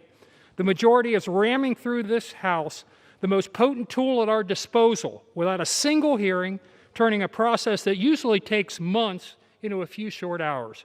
We haven't heard a testimony from a single witness. We haven't heard from any experts on the nature of these charges, nor the damage this effort could inflict on our republic. We didn't even know how this debate would unfold until 9 o'clock this morning. This is truly an unprecedented situation, and one which could cause irrevocable harm to our nation. But, Madam Speaker, it doesn't have to be this way. We don't have to continue down this misguided path. We could instead follow the wisdom provided by none other than Abraham Lincoln during another divisive time in our nation's history and listen to the better angels of our nature. We could choose a more positive, constructive path and vote down this ill-conceived effort. We should tone down the political rhetoric. We should work together to solve the problems that face our nation. We should put aside our differences and find common ground. And we should bring Americans back together, because there's no crisis we can't overcome if we stand united. And I yield back. Gentleman from Ohio yields back. The gentleman from Ohio wishes to reserve. The gentleman from New York is recognized. Speaker, I now yield 1 minute to the distinguished gentlelady from Washington, Ms. Herrera Butler. The gentlewoman from Washington is recognized for 1 minute. My fellow Americans, I rise today to stand against our enemy. And to clarify, our enemy isn't the president or the president-elect. Fear is our enemy. Fear tells us what we want to hear. It incites anger and violence and fire. But it also haunts us into silence and inaction. What are you afraid of? I'm afraid of what people will say or think. I'm afraid of being devalued. I'm not afraid of losing my job, but I am afraid that my country will fail. I'm afraid patriots of this country have died in vain. I'm afraid my children won't grow up in a free country. I'm afraid injustice will prevail. But truth sets us free from fear. Truth doesn't guarantee bad things won't happen, but it does promise to always prevail in the end. It has no shadows where darkness can hide. With truth comes love, and we could use that right now. My vote to impeach our sitting president is not a fear-based decision. I am not choosing a side, I'm choosing truth. It's the only way to defeat fear. The gentlewoman yields back. The gentleman from New York wishes to reserve his time. The gentleman from Ohio is recognized. Thank you, Madam Speaker. I would yield 1 minute to the gentlelady from Texas, Ms. Van Dyne. The gentlewoman from Texas is yielded 1 minute. Thank you very much. Today, I should be in my district working for my constituents. Instead, I'm back here in Washington because the majority could not resist another made-for-TV impeachment. American workers are losing their jobs and struggling to feed their families. Small businesses are being forced to lay off workers and close their doors. Families are tragically losing loved ones to the coronavirus. Instead of creating or even saving American jobs or negotiating additional COVID relief, we're debating an impeachment that's been preceded by no inquiry, no meaningful debate, and no due process. In 1 week's time, Joe Biden will be the president. The American people need us to rise above the heat of the moment, to focus on their needs and deliver real solutions. Because the majority decided we should debate whether or not to remove a sitting president in just 2 hours, I'll be brief. I oppose this article of impeachment, and I yield back. The lady yields back. The gentleman from Ohio wishes to reserve. The gentleman from New York is recognized. Madam Speaker, I now yield 30 seconds to the distinguished gentlelady from Georgia, Ms. Bordeaux. The gentlewoman from Georgia is recognized for 30 seconds. Madam Speaker, I teach a civics class where I point out that our democracy is not self-executing. It requires people of good faith and ethics to make it work. The President has repeatedly challenged Georgia's election results, but despite 3 recounts and many investigations, the results are clear. Joe Biden won Georgia. The idea that our election was fraudulent is a lie. Our president used this lie to incite a violent mob to attack the Capitol. I ask my colleagues to act with ethics and good faith, to reject these lies, and in this case, to support the article of impeachment. I yield back. Gentlewoman's time has expired. The gentleman from New York wishes to reserve. The gentleman from Ohio is recognized. Thank you, Madam Speaker. I would yield 1 minute to the gentleman from Florida, Mr. Posey. The gentleman from Florida has 1 minute. In our campaigns, we may be adversaries, but usually after the campaign season's over, we have traditionally come together for the good of our nation. Now, more than ever in our lifetimes, we are a divided nation. One of the reasons? The resist movement, which has harassed, harangued, and otherwise denigrated the president since the second he became the nominee. While his sins may be different than yours or mine, they are clearly not treasonous. Let our men and women in blue, who suffered a lot more stress than the members of Congress they protected, have the time they deserve to recuperate, and do the same for millions of Americans who feel they've been disenfranchised. I beseech my colleagues on both sides of the aisle, if you truly want our nation to heal, vote no in this resolution. It reeks of nothing more than revenge and sets a dangerous precedent. May God continue to bless the United States of America. The gentleman yields back. The gentleman from Ohio wishes to reserve. The gentleman from New York is recognized. Madam Speaker, I now yield 30 seconds to the distinguished gentleman from Maryland, Mr. Brown. The gentleman from Maryland is recognized for 30 seconds. Thank you, Madam Speaker. A week ago, Americans in this chamber lived through one of our darkest days. The Commander-in-Chief incited a mob of insurrectionists to overturn the results of a free and fair election through terror and intimidation. They failed, but this violence took its toll. People died, our country's temple of democracy was vandalized, and our image as the world's leading democracy was shaken. President Trump represents a real threat to our national security, our democratic institutions, and the people of this country. We cannot let Donald Trump, who actively orchestrated sedition, lead our nation's government for another 7 days. We cannot wait until January 20th. Donald Trump must be removed. Thank you, and I yield back the balance. The gentleman yields back. The gentleman from New York continues to reserve. The gentleman from Ohio is recognized. Thank you, Madam Speaker. I will yield 1 minute to the gentleman from Texas. The gentleman from Texas is recognized for 1 minute. Thank you, Madam Speaker. And I also want to thank my Democratic colleagues for finally joining Republicans in condemning mob violence after 6 months of refusing to acknowledge it. but I'm really tired of sanctimonious sermons on being a sore loser from some of the same Democrats who opposed accepting results in elections past.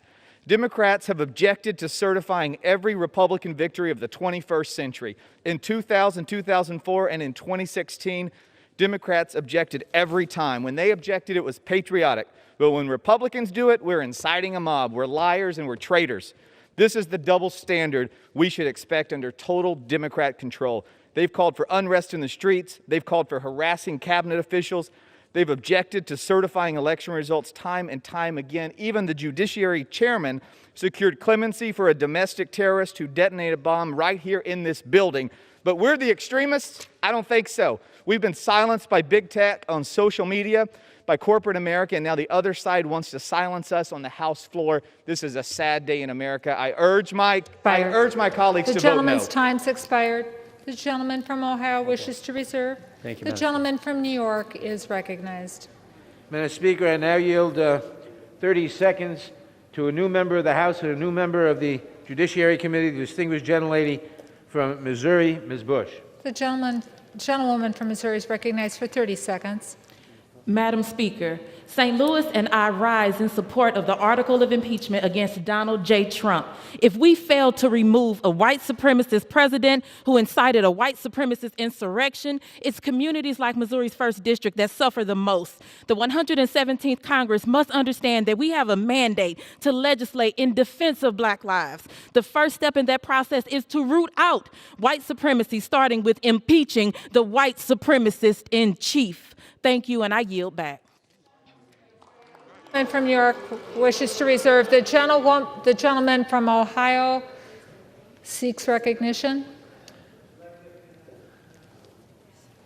Madam Speaker, I yield 1 minute to the gentleman from Texas, Dr. Jackson. The gentleman from Texas is recognized for 1 minute. Thank you. Madam Speaker, I rise in opposition to the articles of impeachment. Let me be clear. What happened last Wednesday was a stain on our nation, and the criminals and the rioters responsible should be prosecuted to the fullest extent of the law. It is clear now more than ever that our country needs to come together. And Congress, this Congress, needs to lead by example and begin the process of healing the deep division that exists among us as Americans. The articles before us today will not accomplish that.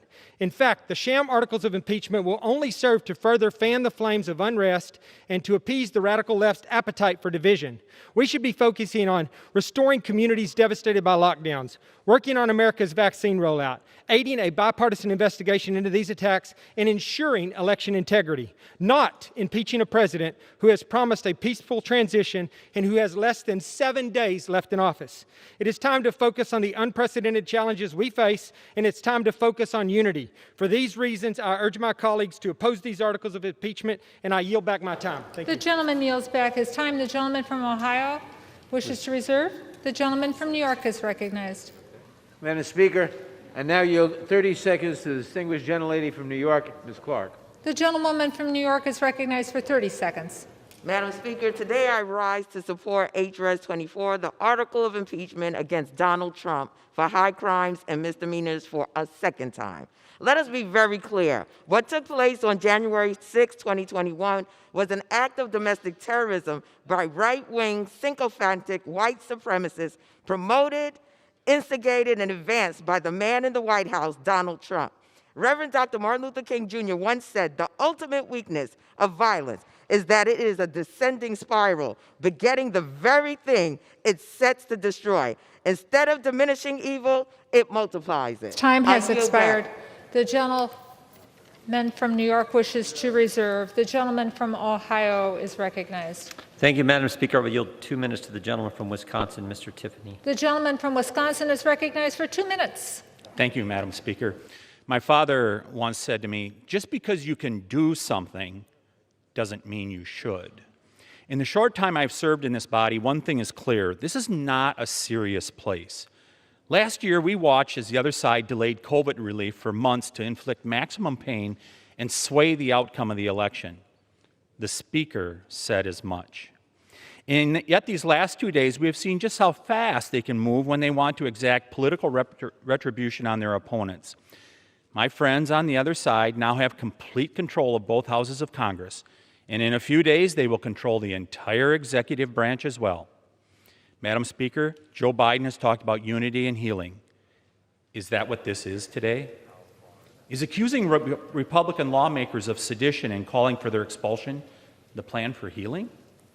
Is working with Silicon Valley to digitally disappear those with whom they disagree with the plan for reconciliation? I was among the first to condemn the riots in Madison months ago, and I condemn what happened last week. But where were the swift accusations of incitement and insurrection from the other side last year? Is today's political theater a preview of what the American people can expect from single-party rule? 2 years of double standards and punishing those who voted for someone else? Madam Speaker, I hope Mr. Biden is watching today, and he will rise to the moment and call off this effort to rub salt in the wounds of millions of Americans. It is now time for all of us, Democrats and Republicans alike, to turn down the temperature. Thank you. The gentleman yields back. The gentleman from Ohio wishes to reserve. The gentleman from New York is recognized. Madam Speaker, I now yield 30 seconds to the distinguished gentleman from Missouri, Mr. Cleaver. The gentleman from Missouri is recognized for 30 seconds. Madam Speaker, it would be an error to suppose that men and women can be courageous every day. It would be unfair to anticipate that I or any member of this body could be a lion every day. No one is expected to be a lion day after day after day. But on this day, lions are required. The gentleman yields back his time. The gentleman from New York reserves. The gentleman from Ohio is recognized. We reserve. The gentleman from Ohio wishes to reserve. The gentleman from New York is recognized. Madam Speaker, I now yield 30 seconds to the distinguished gentleman from Tennessee, Mr. Cohen. The gentleman from Tennessee is recognized for 30 seconds. Thank you very much. After President Trump was not impeached, Susan Collins said he's learned a pretty big lesson. He was impeached. Then he brought his It Will Be Wild, riotous television show that he produced for one person, individual one. Intelligence reports indicate that the people he said he loves and are special are going to attack this city and attack this Capitol next week. He has not asked them not to do it. He has not told them to stand down. I most fear January 20, because I think he will try to go out with a bang and take attention away from Joe Biden. The gentleman's time has expired, and there will be order in the House. The gentleman from New York reserves. The gentleman from Ohio is recognized. Madam Speaker, statement from the President. I urge that there must be no violence, no lawbreaking, no vandalism of any kind. This is not what I stand for. This is not what America stands for. I call on all Americans to help ease tensions and calm down. Just put out that statement by the President of the United States. I yield 2 minutes to the gentleman from Virginia, Mr. Klein. The gentleman from Virginia is recognized for 2 minutes. Thank you, Madam Speaker, and I thank the President for his words. Above the entrance to the House of Representatives is a sculpture called The Apotheosis of Democracy. It depicts allegorical peace, dressed in armor and protecting the genius of America. Last week, that peace was tragically torn apart as our U.S. Capitol was invaded for the first time since the War of 1812. A violent mob, including many with the most hostile of intentions, broke past security barriers and unleashed destruction and chaos throughout the Capitol. When it was over, 6 individuals were dead, including 2 Capitol Police officers. I've always supported the rights of citizens to peaceably assemble, but those who breached the Capitol and assaulted and killed Capitol Police should be prosecuted to the fullest extent of the law. If their intent was to stop the constitutional requirement of this body to count electoral votes, they should be charged and prosecuted for insurrection against the government. But we are a nation of laws, not of men, and the legal standard for incitement to violence has not been met. Now, a week since the riots threatened the People's House, and a week until a new president takes office, we are rushing through an impeachment without all of the facts and evidence and without due process. We don't know what kind of information the offenders have, what evidence will come out during their trials, whether it bolsters the majority's claims or the minority's views, or whether it implicates other individuals, groups, or other officials in the attack on this hallowed institution. We just don't know. And that's why we must treat the power of impeachment and our responsibility as holders of this power with the seriousness and solemnity it deserves. Let us gather the evidence. Let us hear it in judiciary. Make an informed decision together. This action will only further fuel the political divide among our citizens and will be detrimental to the long-term efforts to unify our country. I reiterate my call from last night. Let us work together. Both President Trump and President-elect Biden have called for a peaceful transition of power. I humbly beseech my colleagues to work toward this end, to unify our country and not go down this dangerous path. I yield back. The gentleman yields back his time. The gentleman from Ohio wishes to reserve. The gentleman from New York is recognized. Madam Speaker, I now yield 30 seconds to the distinguished gentleman from Rhode Island, Mr. Langevin. The gentleman from Rhode Island is recognized for 30 seconds. Madam Speaker, January 6th was a horrific day for our country, for our democracy. The Capitol was breached, the blood of our defenders spilled, all because of a lie that the elections were stolen, a lie that has infected this nation as perniciously as the pandemic. President Trump is the source of that lie. He has perverted and betrayed his oath to defend the Constitution, attacking the foundation of our democracy by inciting his supporters to violence. He is not fit to serve and is a danger to our country while he does. I, too, pledge to support and defend the Constitution against all enemies, foreign and domestic. I will uphold that office. I will vote to impeach President Trump. I urge my colleagues to do the same. The gentleman from New York wishes to reserve. The gentleman from Ohio is recognized. Thank you, Madam Speaker. I yield 1 minute to the gentleman from Pennsylvania, Mr. Perry. The gentleman from Pennsylvania is recognized for 1 minute. What did the Speaker know, and what did other legislative leaders know, and when did they know it? Maybe that's a rush to impeach the president, because so we'll never know what legislative leaders here knew. The FBI knew about a number of individuals that were planning a war on the Capitol, including killing police officers, and they shared the information, but nothing happened. The chief federal prosecutor in Washington stated he is pursuing conspiracy charges. The fact that IEDs were constructed in place informs me that there was pre-planning for portions of the tragic events last week. How does the president incite an attack that was pre-planned and already underway before his speech concluded?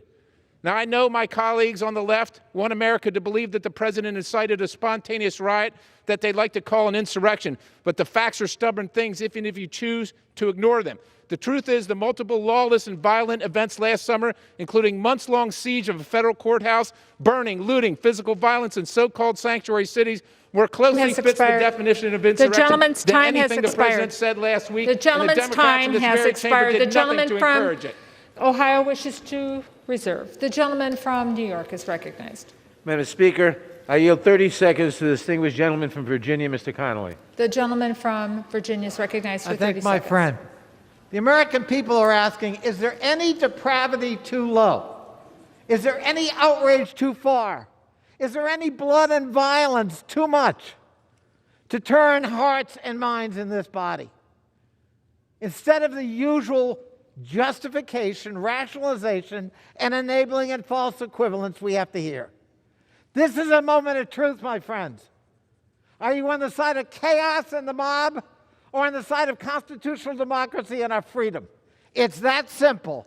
That's what this vote for impeachment represents. I yield back. The gentleman's time has expired. The gentleman from New York reserves. The gentleman from Ohio is recognized. Madam Speaker, could I inquire how much time each side has? Yes, you may. The gentleman from Ohio has 25 minutes remaining. 21. The gentleman has 25 minutes thank remaining. you. The gentleman from New York has 31 1/4 remaining. The gentleman from Ohio. We would reserve. The gentleman from Ohio wishes to reserve.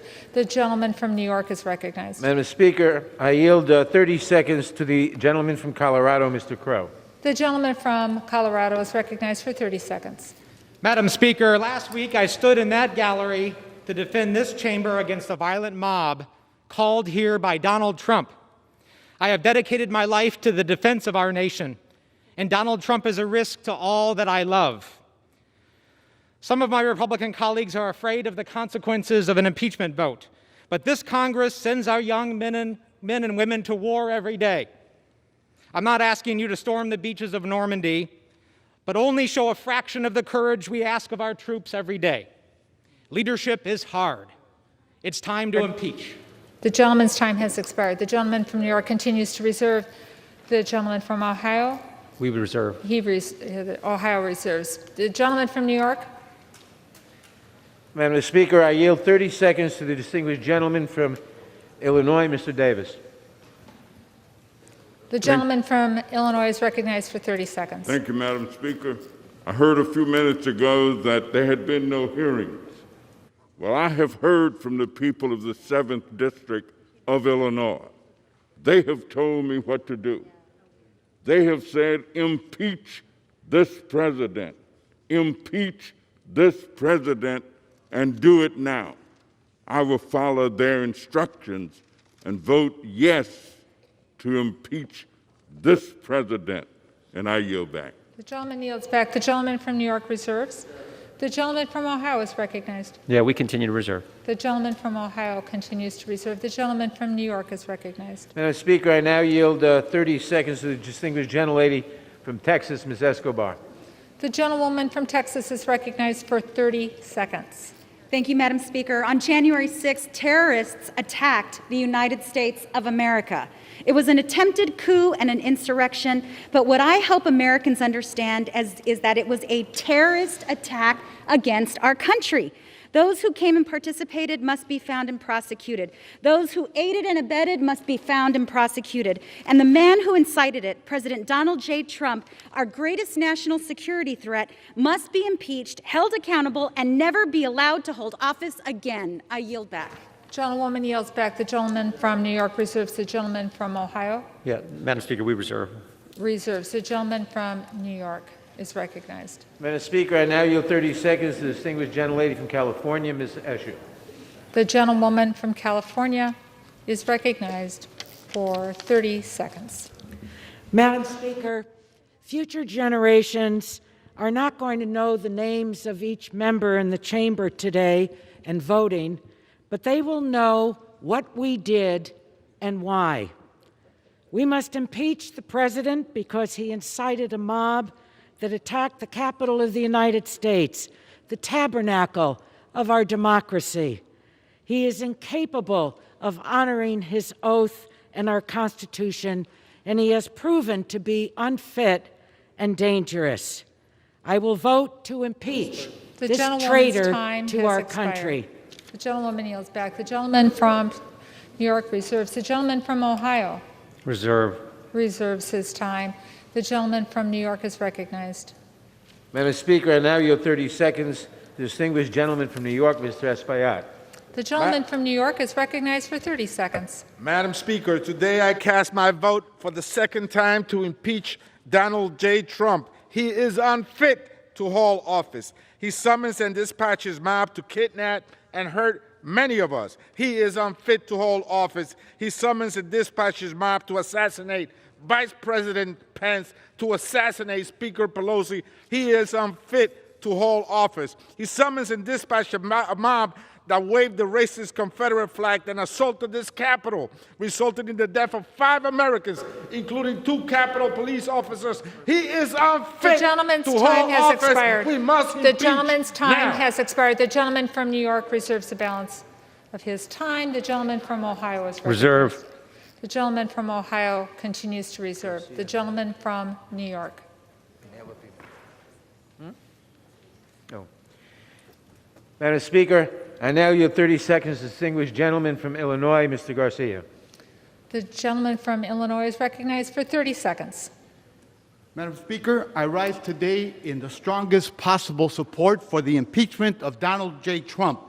When Trump made a last desperate attempt to steal the presidency, to reject the will of the people by encouraging insurrection, he became the first president to incite an attempted overthrow of the institutions he is sworn to protect.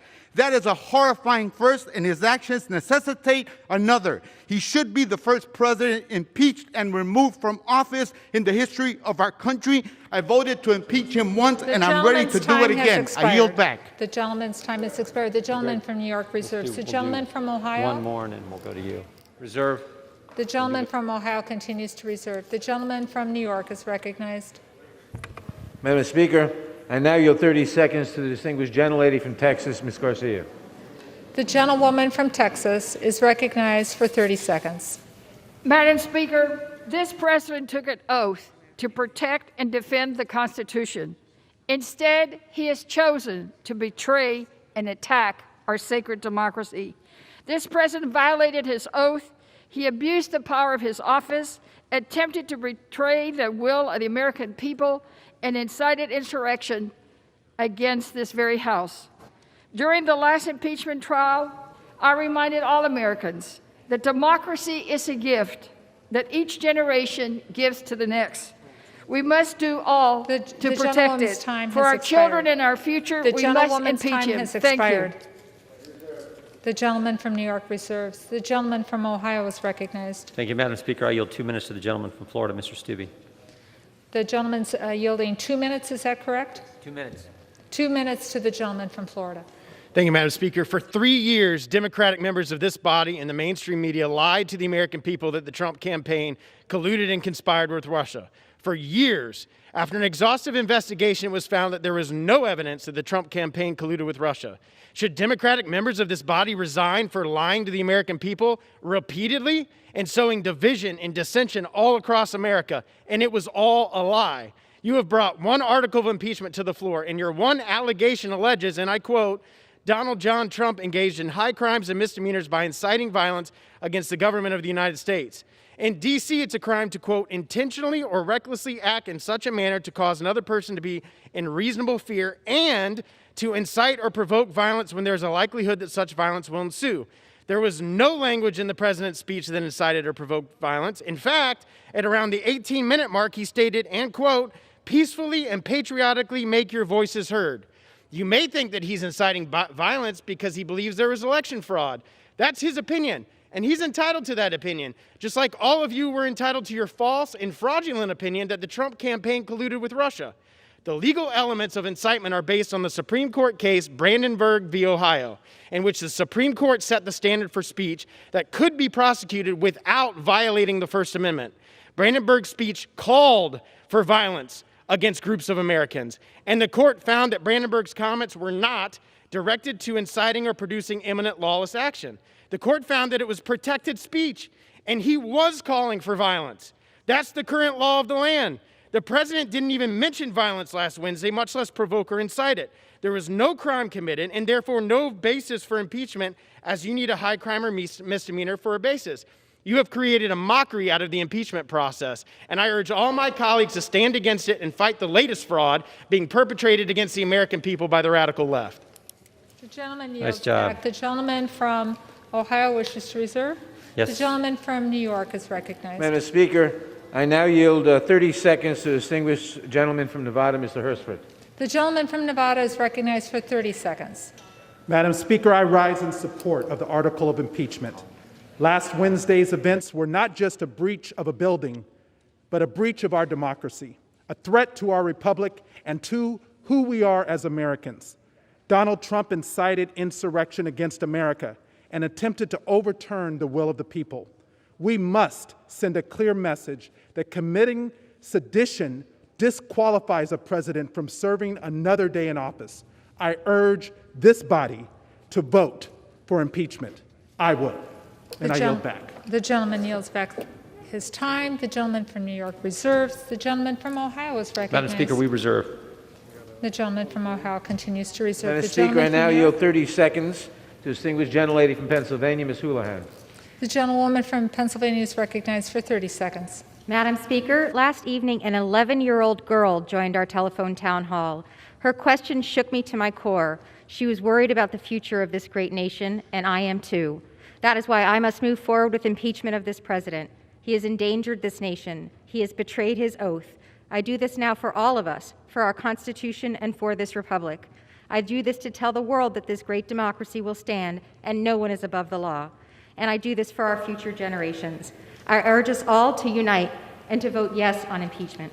I yield back. The gentlewoman yields back. The gentleman from New York reserves. The gentleman from Ohio is recognized. Madam Speaker, we reserve. The gentleman from Ohio reserves. The gentleman from New York is recognized. Madam Speaker, I now yield 30 seconds to the distinguished gentleman from California, Mr. Huffman. The gentleman from California is recognized for 30 seconds. Madam Speaker, history is watching and saving the receipts. Today, my colleagues across the aisle must choose which side of a very bright line they want to be recorded on for all time. On one side, lies, sedition, inciting and supporting insurrection, and domestic terrorism. The other side, your oath of office, the Constitution, democracy, decency. There is no middle ground. Today we make history forever. So choose well. A vote to impeach Donald Trump means years from now you can look your grandchildren in the eye and say, I did the right thing. The gentleman's time has expired. The Yield gentleman back. from New York continues to reserve. The gentleman from Ohio is recognized. We reserve, Madam The Speaker. gentleman continues to reserve. The gentleman from New York is recognized. Madam Speaker, I now yield 30 seconds to the distinguished gentlelady from California, Ms. Jacobs. The gentlewoman from California is recognized for 30 seconds. Madam Speaker, the response to political violence must always be accountability. Without accountability, more violence will follow. I learned that working at the United Nations and the State Department in conflict settings around the world, and the United States Congress is now a conflict setting. A violent mob threatened our lives in this chamber and almost succeeded, incited by the president who broadcasted lies about the outcome of our election. We must hold this president accountable. It's the only way to protect our democracy. I yield back. Gentlewoman yields back. The gentleman from New York continues to reserve. The gentleman from Ohio is recognized. Madam Speaker, we reserve. The gentleman from Ohio reserves. The gentleman from New York is recognized. Madam Speaker, I now yield 30 seconds to the distinguished gentleman from Georgia, Mr. Johnson. The gentleman from Georgia is recognized for 30 seconds. Thank you, Madam Speaker. I'm certain that every member of Congress would say that if they had been in Congress when John Lewis walked across that Edmund Pettus Bridge and the Civil Rights Act was passed, that they would have stood on the right side of history. Well, Madam Speaker, today we're going to see exactly what side of history you all are going to be on. And with that, I yield back. The gentleman yields back. The gentleman from New York continues to reserve. The gentleman from Ohio is recognized. Thank you, Madam Speaker. I would yield 1 minute to the gentleman from North Carolina, Mr. Cawthorn. The gentleman from North Carolina is recognized for 1 minute. Madam Speaker, today represents a unique opportunity in our nation's history. An opportunity to put America first, to put her people first.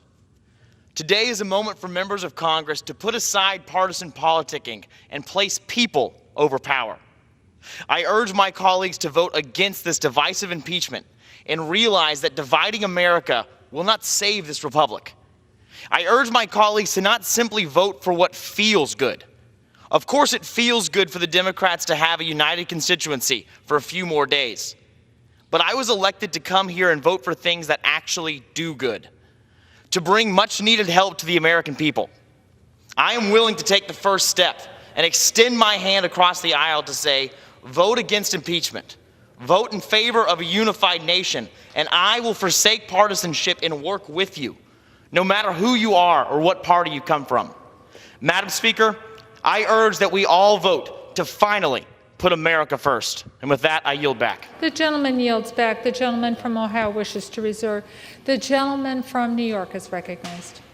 Madam Speaker, I now yield 30 seconds to a new member of the House and a new member of the Judiciary Committee. The gentleman from New York, Mr. Jones. The gentleman from New York is recognized for 30 seconds. Madam Speaker, I rise in support of the impeachment of Donald J. Trump, the disgraced, defeated President of the United States.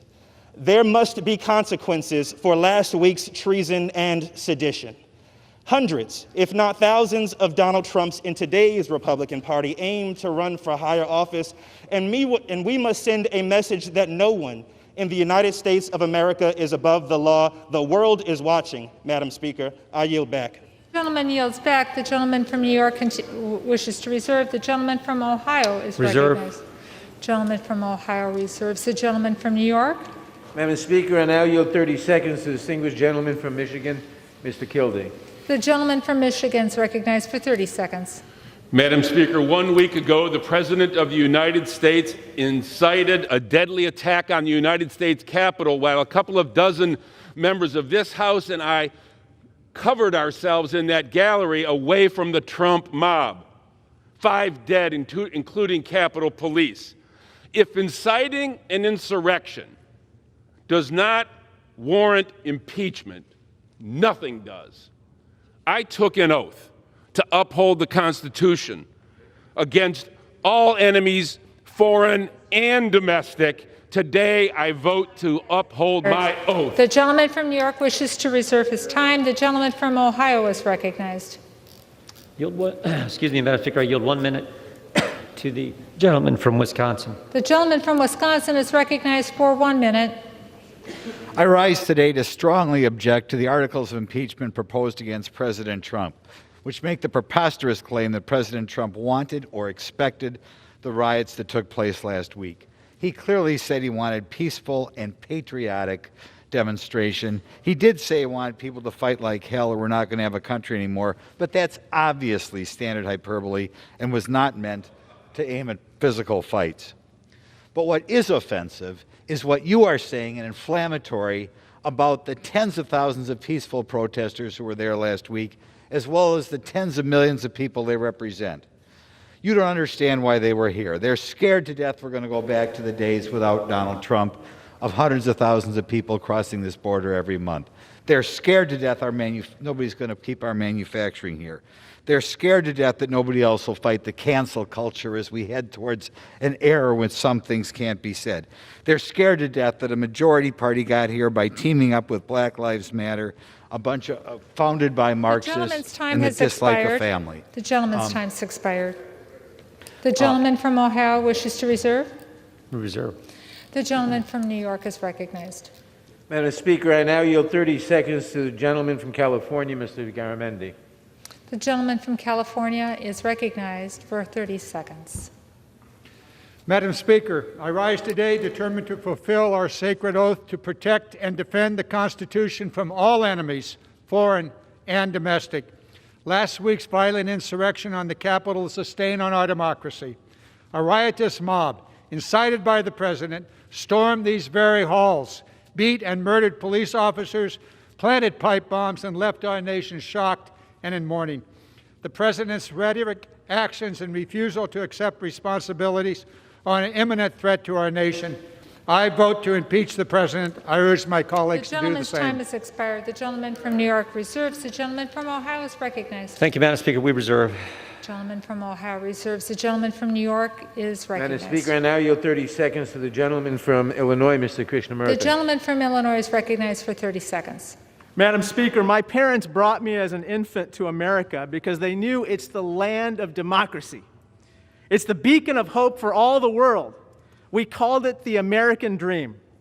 When Donald Trump told rioters to go to the Capitol and, quote unquote, fight like hell, he incited an attack on the Capitol and the ideals comprising the American dream. I'm voting for impeachment because I know we're still the country my parents believed in, and I will fight like hell for it. I yield back. The gentleman yields back. The gentleman from New York reserves. The gentleman from Ohio is recognized. Reserve. The gentleman from Ohio reserves. The gentleman from New York. Madam Speaker, I now yield 30 seconds to the gentlelady from Michigan, Ms. Lawrence. The gentlewoman from Michigan is recognized for 30 seconds. Madam Chair, on Wednesday the 6th, Democrats and Republicans hid on the floor, put on gas masks, and was ushered out of this room. We in this country cannot begin healing in unity without accountability and justice. The President of the United States incited a violent insurrection against Congress, you, me, and the Vice President of the United States. This cannot be ignored. Impeach now. Thank you, Madam Chair. The gentlewoman yields back. The gentleman from New York continues to reserve. The gentleman from Ohio is recognized. Reserve. The gentleman from Ohio wishes to reserve. The gentleman from New York is recognized. Madam Speaker, I now yield 30 seconds to the distinguished gentlelady from California, Ms. Lee. The gentlewoman from California is recognized for 30 seconds. Madam Speaker, on January 6, Donald Trump incited his white nationalist supporters to initiate an attempted coup against the heart of our democracy, the United States Capitol. This heinous act of domestic terrorism demands that Congress act to remove this president. Donald Trump has been and remains a threat to our national security and our democracy, and wholly unfit to serve as president. He and his supporters must be held accountable for inciting violence against the government of the United States. Congress must act immediately to remove this clear and present danger to our country. It's time to impeach Donald Trump again. The gentleman's time has expired. The gentleman from New York reserves. The gentleman from Ohio is recognized. Thank you, Madam Speaker. I would yield 1 minute to the gentlelady from Georgia, Ms. Taylor Greene. The gentlewoman is recognized for 1 minute. Madam Speaker, I am against the impeachment effort by the Democrats. President Trump has held over 600 rallies in the last 4 years. None of them included assaulting police, destroying businesses, or burning down cities. Democrats have spent all this time endorsing and enabling violent riots that left billions in property damage and 47 dead across the United States. Democrats are on record supporting violence when it serves their cause, in their own words, on social media, on interviews, and on fundraising platforms Act Blue. Democrats support defunding the police when it's someone else's city, someone else's home, and someone else's business. Democrats will take away everyone's guns just as long as they have guards with guns. Democrats' impeachment of President Trump today has now set the standard that they should be removed for their support of violence against the American people. I yield back. Thank you. The gentlewoman yields back. The gentleman from Ohio wishes to reserve. The gentleman from New York is recognized. Madam Speaker, I now yield 30 seconds to the distinguished gentleman from Michigan, Mr. Levin. The gentleman from Michigan is recognized for 30 seconds. Madam Speaker, for 2 months, Donald Trump used the biggest megaphone in the world to organize a campaign of outright lies to overturn a free and fair election. On January 6th, he summoned and incited a mob of domestic terrorists to fight like hell and sent them to ransack this Capitol in order to prevent us from formalizing his election loss. It was a grotesque orgy of deadly white supremacism, anti-Semitism, and strongman rule. Today, we will do our duty and vote to remove the author of this horrifying chapter and banish him from public service. I yield back. The gentleman from New York reserves. The gentleman from Ohio is recognized. Madam Speaker, can I inquire on the time again? The gentleman from Ohio has 20 minutes remaining. And the gentleman from New York has 21 3/4 minutes remaining. We reserve. The gentleman from Ohio reserves. The gentleman from New York is recognized. Madam Speaker, I now yield 30 seconds to the distinguished gentleman from California, Mr. Levin. The gentleman from California is recognized for 30 seconds. Madam Speaker, what each of us chooses to do today, whether we vote to hold this president to account or look the other way, will we be remembered by history, by our children and their children. The facts are clear. The evidence of Trump's insurrection overwhelming. History calls on us to do what's right rather than just politically expedient. Let us look back on this day with honor, not disgrace, knowing we were up to the oath we all took. Thank you, and I yield back. The gentleman yields back. The gentleman from New York reserves. The gentleman from Ohio is recognized. Madam Speaker, we reserve. The gentleman from Ohio wishes to reserve. The gentleman from New York is recognized. Madam Speaker, I now yield 30 seconds to the gentlelady from Virginia, Ms. Luria. The gentlewoman from Virginia is recognized for 30 seconds. Thank you. Madam Speaker, the perpetrators of this heinous attack on our nation's democracy were Americans, encouraged and emboldened by President Trump because he could not accept the outcome of a free and fair election. His actions are seditious, and the president has proven that he is not fit to serve. History will look back on this moment to see who stood strong in support of American democracy. As my colleagues have said, we must come together, but our nation cannot begin to heal until there is accountability. The gentlewoman's time has expired. For the atrocity. The gentlewoman's time has expired. I yield back. The gentlewoman. The gentleman reserves. The gentleman from Ohio is recognized. Thank you, Madam Speaker. I would yield 1 minute to the gentleman from Georgia, Mr. Clyde. The gentleman from Georgia, is it? Yep, gentleman from Georgia, 1 minute. Is recognized. Madam Speaker, I rise today in opposition to the effort to impeach President Trump. This course of action will only increase dissent and disunity across our country, and it flies in the face of all efforts to heal our nation. Quite simply, it is a shameful final act of political retribution, retribution this president has weathered since day one. I have no doubt that those who breached the Capitol will have due process and their day in court. However, there will be no investigation in the People's House into whether the allegation against the president meets the criteria for a crime worthy of impeachment. No evidence was presented, no witness testified, no cross-examination was conducted, no due process was afforded, and that sets an extremely dangerous precedent for the future. If my Democratic colleagues were serious in their efforts to get to the truth, they would convene the House Judiciary Committee and investigate, but they are not.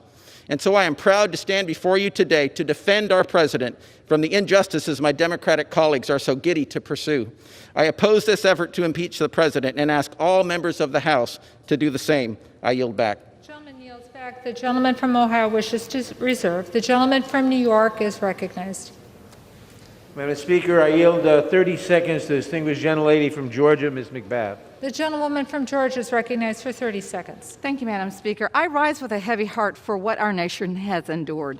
All those who've incited an attack on these halls of freedom must never forget that in every generation, Americans of all colors and creeds have laid down their lives in the struggles against tyranny, the fight against fascism, and the defense against those who would betray the values upon which this nation was founded. It is our duty to shoulder that defense of our democracy here today. The President's actions have laid bare his contempt for our Constitution, and he must be removed. Gentlewoman's time has expired. The gentleman from New York reserves. The gentleman from Ohio. The gentleman from Ohio wishes to We reserve. reserve. The gentleman from New York is recognized. Madam Speaker, I now yield 30 seconds to the distinguished gentleman from New York, Mr. Meeks. The gentleman from New York is recognized for 30 seconds. The armed insurrectionists that stormed the Capitol did not emerge out of a vacuum. They were lied to by Republican senators and Republican congressmen and women. But they were incited to violence by one man above all else, Donald J. Trump, who tried to be the ultimate ruler of our democracy. The world is watching. Our allies are watching, and our adversaries are watching. And we must show them that no one will rule this country and be above the law. The cameras of history are rolling. We must act. We must impeach Donald J. Trump to show the world that we will stand for right. The gentleman from New York reserves. The gentleman from Ohio is recognized. Thank you, Madam Speaker. I would yield 1 minute to the gentleman from Utah. The gentleman from Utah is recognized for 1 minute. Thank you, Madam Speaker. Last Wednesday, on my third day, I realized that I can make hard and seemingly unpopular decisions. Voting to strip Electoral College votes from states is a dangerous precedent set by Democrats many years ago, perpetuated by my party as well. I heard nothing in those debates that justified such a high bar. A rushed impeachment will set a similar precedent. Without a single hearing or investigation, I simply cannot reach the high bar of impeachment. To my district, I commit to constantly being objective in all of my decision-making. And as I abandon the remainder of my remarks, as I listen to this debate, it's no wonder our nation is divided. We are on an absolute race to the bottom. And I was hoping that last week we could have hit rock bottom. I commit to doing better, and I hope that we all can dig in and find a way. Thank you. The gentleman yields back his time. The gentleman from Ohio reserves. The gentleman from New York is recognized. Madam Speaker, I now yield 30 seconds to the gentlelady from Ohio, Ms. Beatty. The gentlewoman from New York is recognized for 30 seconds.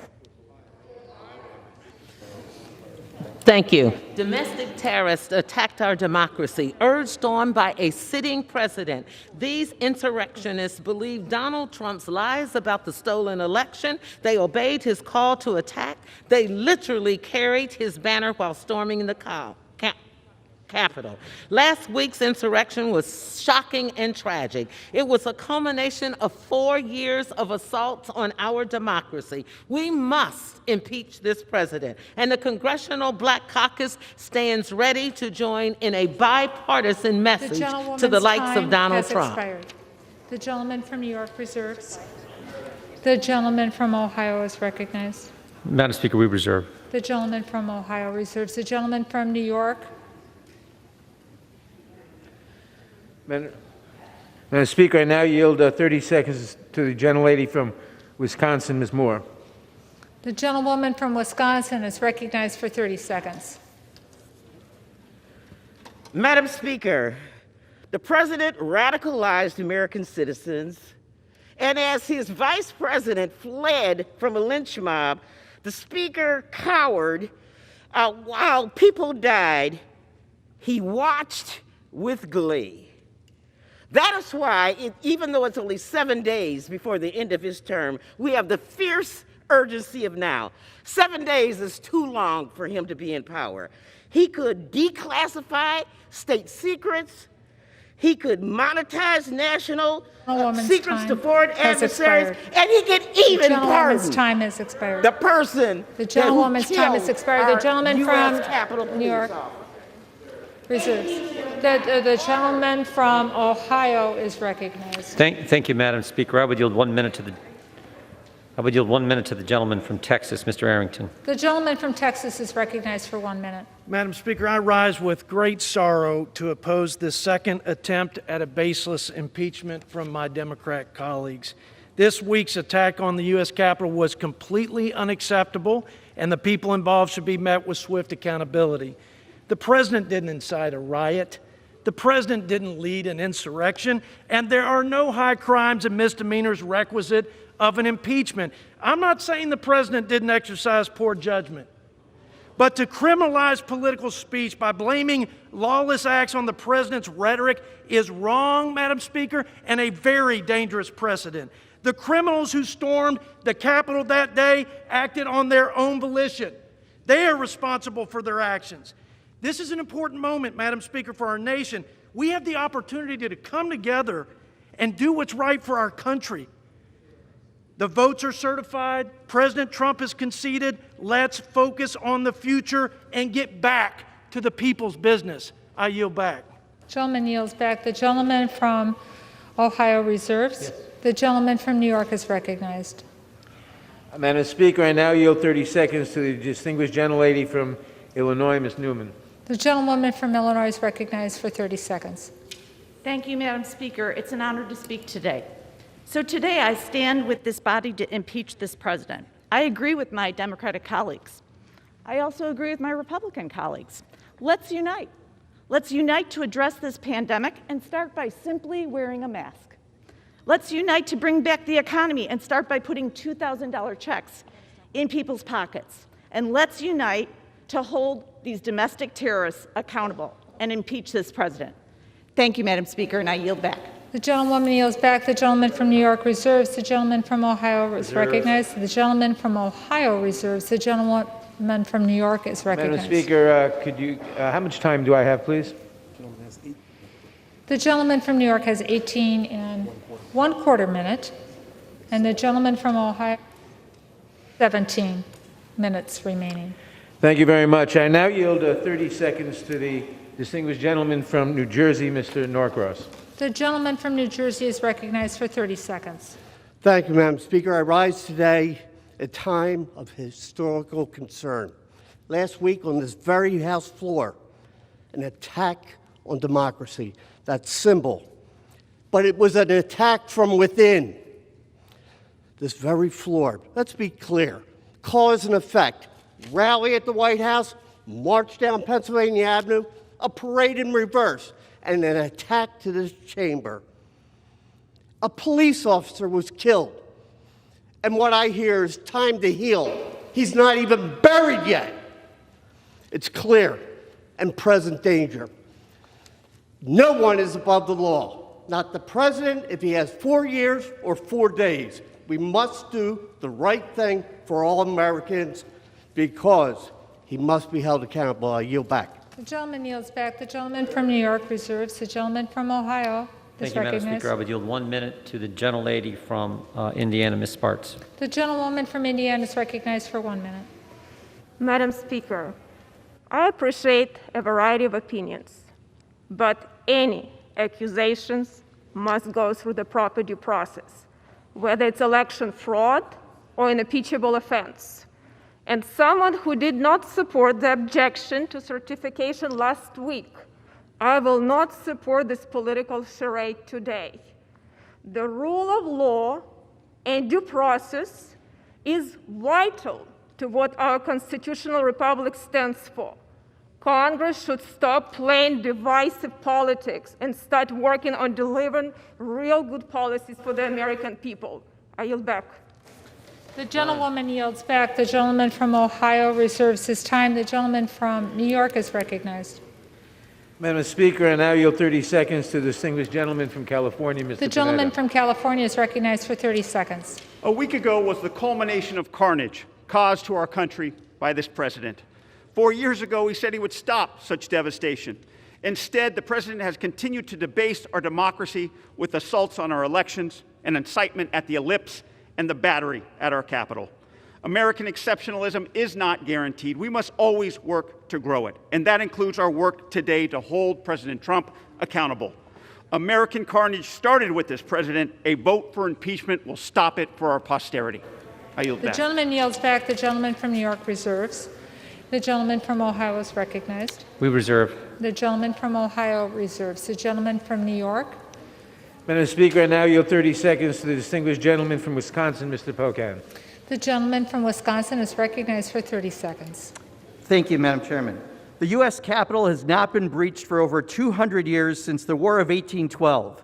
That is, until last week, when it wasn't another country that attacked us, but our own president. President Donald Trump asked his supporters to march on the Capitol, inciting domestic terrorism that cost 5 lives, including a Capitol police officer. And we all know, whether you say it aloud or not, Donald Trump is responsible for inciting the attacks in our democracy, that he should have been the one person protecting it the most. And for that, he is unfit to be president, and we must impeach him. The gentleman's time's expired. The gentleman from New York reserves. The gentleman from Ohio is recognized. Madam Speaker, I yield 90 seconds to the gentleman from Texas, Mr. Roy. The gentleman from Texas is yielded 90 seconds. I thank the gentleman from Ohio. The President of the United States deserves universal condemnation for what was clearly, in my opinion, impeachable conduct, pressuring the Vice President to violate his oath of the Constitution to count the electors. His open and public pressure, courageously rejected by the Vice President, purposely seeded the false belief among the President's supporters, including those assembled on January 6th, that there was a legal path for the President. It was foreseeable and reckless to sow such a false belief that could lead to violence and rioting by loyal supporters whipped into a frenzy. Unfortunately, my Democratic colleagues drafted articles that I believe are flawed and unsupportable, focusing on the legal terms of incitement and insurrection. Even noting impeachment does not require meeting a certain legal standard, that danger for open speech and debate in this body and for the Republic is high if the House approves the articles as written. The language will be used to target members of this body under Section 3 of the 14th Amendment. It will be used to suggest that any statements we make are subject to review by our colleagues and to send us down the perilous path of cleansing political speech in the public square. We must end this. Let us condemn that which must be condemned and do so loudly. But let us do it the right way, with deliberation and without disastrous side effects. We must end tearing apart our nation by social media and sound bites. Let us stop. Let us debate. Let us sit down and lead this nation together. I yield back. Gentleman yields back. The gentleman from Ohio reserves. The gentleman from New York is recognized. Madam Speaker, I now yield 30 seconds to the distinguished gentlelady from New York, Ms. Maloney. The gentlewoman from New York is recognized for 30 seconds. Madam Speaker, this vote is not about one man, one party, or even one day. It's about protecting our nation, preserving democracy, and the rule of law. The facts are clear and undisputed. President Trump used a litany of lies about a stolen election and willfully incited an armed insurrection with the intent of stopping the peaceful transfer of power. He attacked not just the Capitol, not just Congress, he even attacked democracy itself. That's why he must be impeached. The gentlewoman's time is and expired. I yield back. The gentleman from New York reserves. The gentleman from Ohio is recognized. Madam Speaker, we reserve. The gentleman from Ohio wishes to reserve. The gentleman from New York is recognized. Madam Speaker, I now yield 30 seconds to the distinguished gentleman from North Carolina, Mr. Price. The gentleman from North Carolina is recognized for 30 seconds. Madam Chairman, the President has engaged in conduct that is criminal, impeachable, and profoundly threatening to our democracy. He pressed state officials and members of this body to overturn an illegitimate election and to keep him in power. and he then invited and activated a violent mob to invade the Capitol and achieve his desired result by insurrection. If that is not impeachable conduct, I don't know what is. The president must be removed from office immediately and never allowed to hold office again. Our democracy The gentleman's requires time it. has expired. The gentleman from New York reserves. The gentleman from Ohio. Thank you, Madam Speaker. I would yield 1 minute to the gentleman from Texas, Mr. Fallon. Thank you, Mr. Chair. The gentleman's recognized for 1 minute. Thank you, Madam Speaker. Last summer, the Antifa and BLM riots swept all over our country. Cities were burnt, businesses destroyed, and lives violently stolen. And it wasn't just for an afternoon like those horrible hours we had on January 6th, but rather they went on for weeks and in some cases even months. So if there's any silver lining in this dark cloud, it's that our friends from across the aisle have come to realize that riots are bad. We conservatives have known this all along.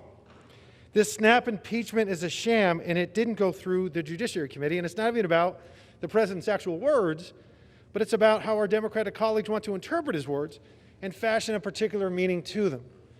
Now, this is just political grandstanding at its worst. The American people desperately want us to move on and tackle the issues and find solutions to them forthwith. Madam Speaker, let's end this obsession and charade, and let's get to work. I yield back. The gentleman yields back. The gentleman from Ohio wishes to reserve.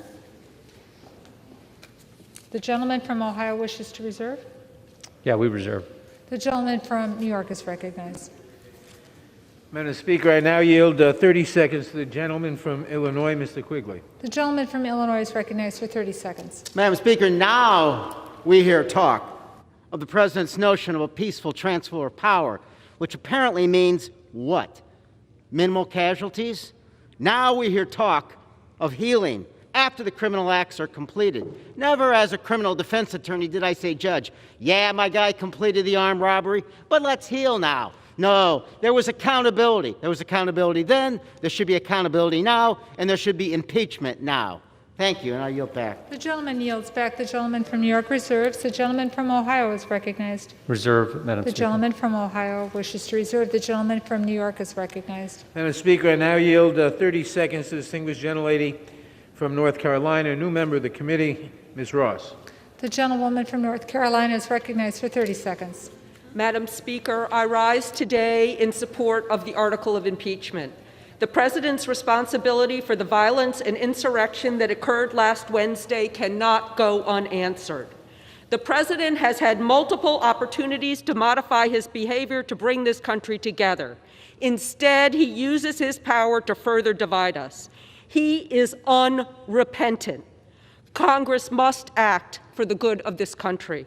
Madam Speaker, I yield back my time. The gentlewoman yields back. The gentleman from New York reserves. The gentleman from Ohio is recognized. Thank you, Madam Speaker. I would yield 1 minute to the gentleman from Virginia, Mr. Good. The gentleman from Virginia is recognized for 1 minute.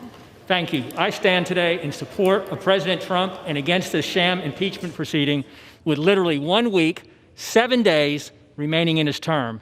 This is merely the culmination of a 4-year effort to overturn the will of the people and the results for the 2016 election. This is simply a political action intended to tarnish the legacy of a highly successful president who led us to an incredible economy, energy independence, reduction of taxes for millions, regulatory relief for businesses, renewed peace in the Middle East, and stronger border security. This action will only serve to further offend the 75 million people who voted for President Trump and further deepen the division within our nation as we try to move forward with a peaceful transition of power. However, the Democrat majority has determined he's already guilty and there's no need of a trial, and they therefore move forward quickly with this phony impeachment charge. Today, I join my Republican colleagues in standing against this further effort to divide our nation. Thank you, and I yield back. And yields back. The gentleman from Ohio wishes to reserve. The gentleman from New York is recognized. Madam Speaker, I now yield 30 seconds to the distinguished gentleman from Texas, Mr. Cuellar. The gentleman from Texas is recognized for 30 seconds. Thank you, Madam Speaker. I rise in support of the impeachment. It's very simple.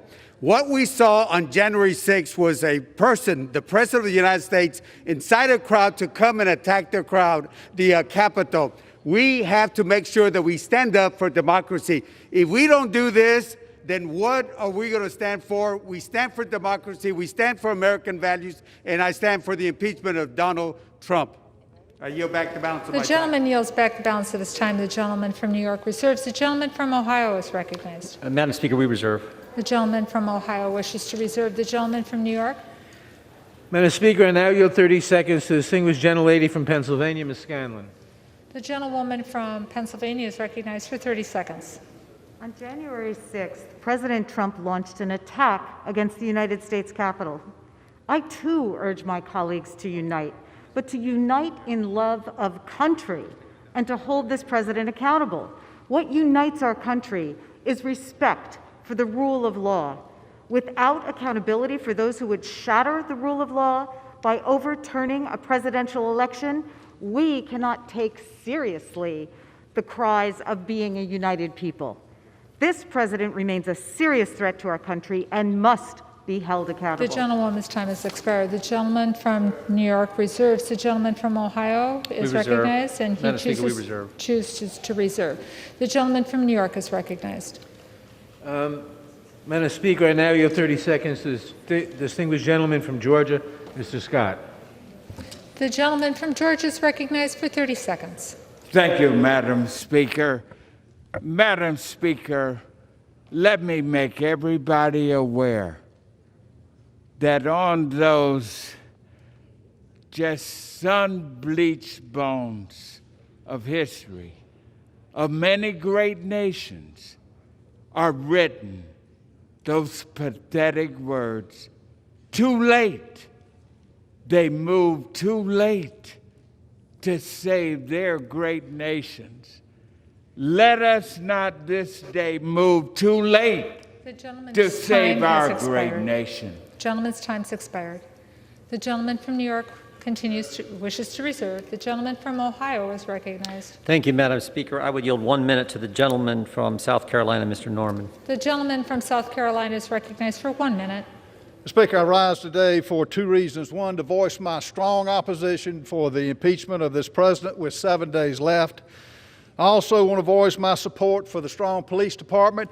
Many of you want to defund. Where was your cries to defund when you were leaving this office, this very room, on the 6th? Height of hypocrisy. I yield back. Members are kindly reminded to remind yourself to address your remarks to the chair. The gentleman from Ohio wishes to reserve. We do, Madam Speaker. The gentleman from New York is recognized. Madam Speaker, I yield 30 seconds to the distinguished gentleman from California, Mr. Sherman.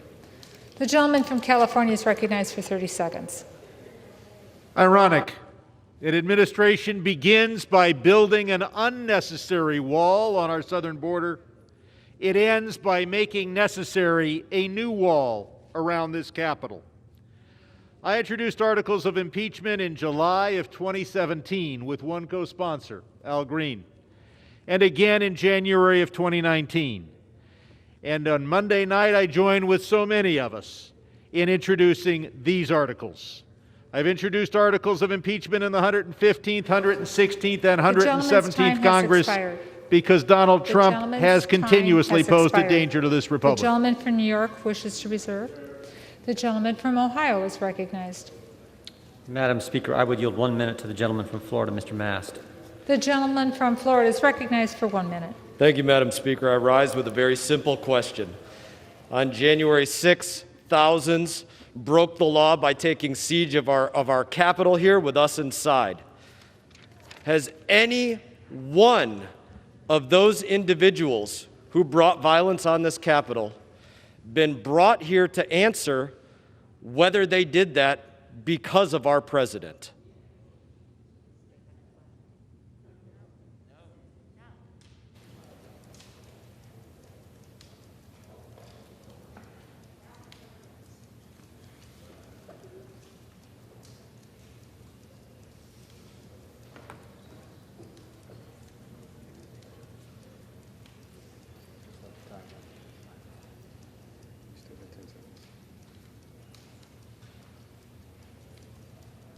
It appears I will receive no answer. I will yield my time back to the gentleman from Ohio. Gentleman yields back. The gentleman from Ohio wishes to reserve his time. The gentleman from New York is recognized. I now yield 30 seconds to the distinguished gentleman from Arizona, Mr. Stanton. The gentleman from Arizona is recognized for 30 seconds. Donald Trump is the first president in the history of this republic to incite a violent insurrection against our own government, against our own people. It is a shocking betrayal of his oath of office and our American values. We don't know yet if the president will face criminal charges, but we do know he must be held to account. Each one of us in this House took an oath to protect and defend our Constitution against all enemies, foreign and domestic, even if that enemy is the president. We must move forward as a nation from these darkest days, but we can't move forward without accountability. We must impeach this president. I yield back. The gentleman from New York reserves, and the gentleman from Ohio is recognized. Madam Chair, we reserve. The gentleman from Ohio reserves. The gentleman from New York is recognized. Madam Speaker, I now yield 30 seconds to the distinguished gentlelady from Michigan, Ms. Stevens. The gentlewoman from Michigan is recognized for 30 seconds. Insurrection, a violent mob. A week ago today, 5 people were killed, many injured, and everyone in this building forced to hide for their very life. The president was called for help, but he did not answer our call while our government was being taken over. He failed to lead and therefore proved himself incapable of doing so. Some may say impeachment is political. Some may cry it is divisive. But, Madam Speaker, our obligation to our Constitution is anything but. Expired. The gentleman from New York reserves. The gentleman from Ohio. Madam Speaker, we reserve. The gentleman from Ohio reserves. The gentleman from New York is recognized. Madam Speaker, I yield 30 seconds to the gentleman from California, Mr. Takano. The gentleman from California is recognized for 30 seconds. Madam Speaker, I rise today in support of the impeachment of President Donald Trump. The gravity of the moment demands it, and the fate of our republic depends on it. He committed an impeachable offense by inciting a violent and deadly insurrection at the U.S. Capitol. For this, Congress must hold him accountable to preserve our democracy, our Constitution, and the rule of law. He should serve not 1 minute more and be barred forever from public office. He is toxic to our republic and toxic to our democracy. I yield back. The gentleman yields back. The gentleman from New York wishes to reserve. The gentleman from Ohio is recognized. So, thank you, Madam Speaker. So Democrats can say, quote, I just don't even know why there aren't uprisings all over the country, while there are uprisings happening around the country. But they impeached the President of the United States for saying peacefully and patriotically, make your voices heard. Democrats can say, quote, you know, there needs to be unrest in the streets, while there is unrest in the streets. But they're going to impeach the president for saying peacefully and patriotically, make your voices heard. Let's be consistent, all of us. All of us need to be consistent and condemn the violence all the time. And with that, I yield 1 minute to the gentlelady from New Mexico. The gentlewoman from New Mexico is recognized for 1 minute. Thank you, Madam Speaker. I rise in opposition to these articles of impeachment. Political violence has no place in our constitutional republic, and those who assaulted police officers and forced their way into the Capitol are responsible for their criminal actions. Leaders in both parties have a responsibility to condemn such violence, whether in the halls of Congress or in the streets of America. I don't believe, Madam Speaker, that the American people have an appetite for this. They are expecting us to do the will of them, those who sent us from each state around the nation. Right now, Madam Speaker, we've seen this body impeach once before, trying to do it a second time. 2 wrongs do not make a right. We have got to stand for the American people because we will not get a second chance to get this right the first time. Madam Speaker, I yield back. The gentlewoman yields back. The gentleman from Ohio wishes to reserve. We do. Thank you, Madam Speaker. The gentleman from New York is recognized. Madam Speaker, I now yield 30 seconds to a new member, the distinguished gentleman from New York, Mr. Torres. Gentleman from New York is recognized for 30 seconds. Madam Speaker, the dangerous mob that Donald Trump unleashed on the United States Capitol represents a violent assault on the separation of powers and on the peaceful transfer of power that we have long taken for granted. The impeachment of Donald Trump is not politics but law, not passion but reason, not vengeance but justice. And we as the people's representatives must rise to the challenge of defending democracy in the face of its gravest threat, and we will. I yield back. The gentleman yields back. The gentleman from New York reserves. The gentleman from Ohio is recognized. Thank you, Madam Speaker. We reserve. Gentleman from Ohio reserves. The gentleman from New York is recognized. Madam Speaker, I now yield 30 seconds to the distinguished gentlelady from Massachusetts, Ms. Tran. The gentlewoman from Massachusetts is recognized for 30 seconds. Madam Speaker, I stand before you today in disbelief. Disbelief that after the President incited a violent mob to commit an act of insurrection and remained silent as police officers were assaulted, the Capitol was ransacked, and members of this body fled for their lives, that there are still members of his party who refuse to hold him accountable. It's because of that inaction that there is only one path forward to put an end to this presidency. Donald Trump must be impeached, removed from office, and barred from ever holding the office of the presidency again. Thank you, Madam Speaker. I yield back. The gentlewoman yields back. The gentleman from New York reserves his time.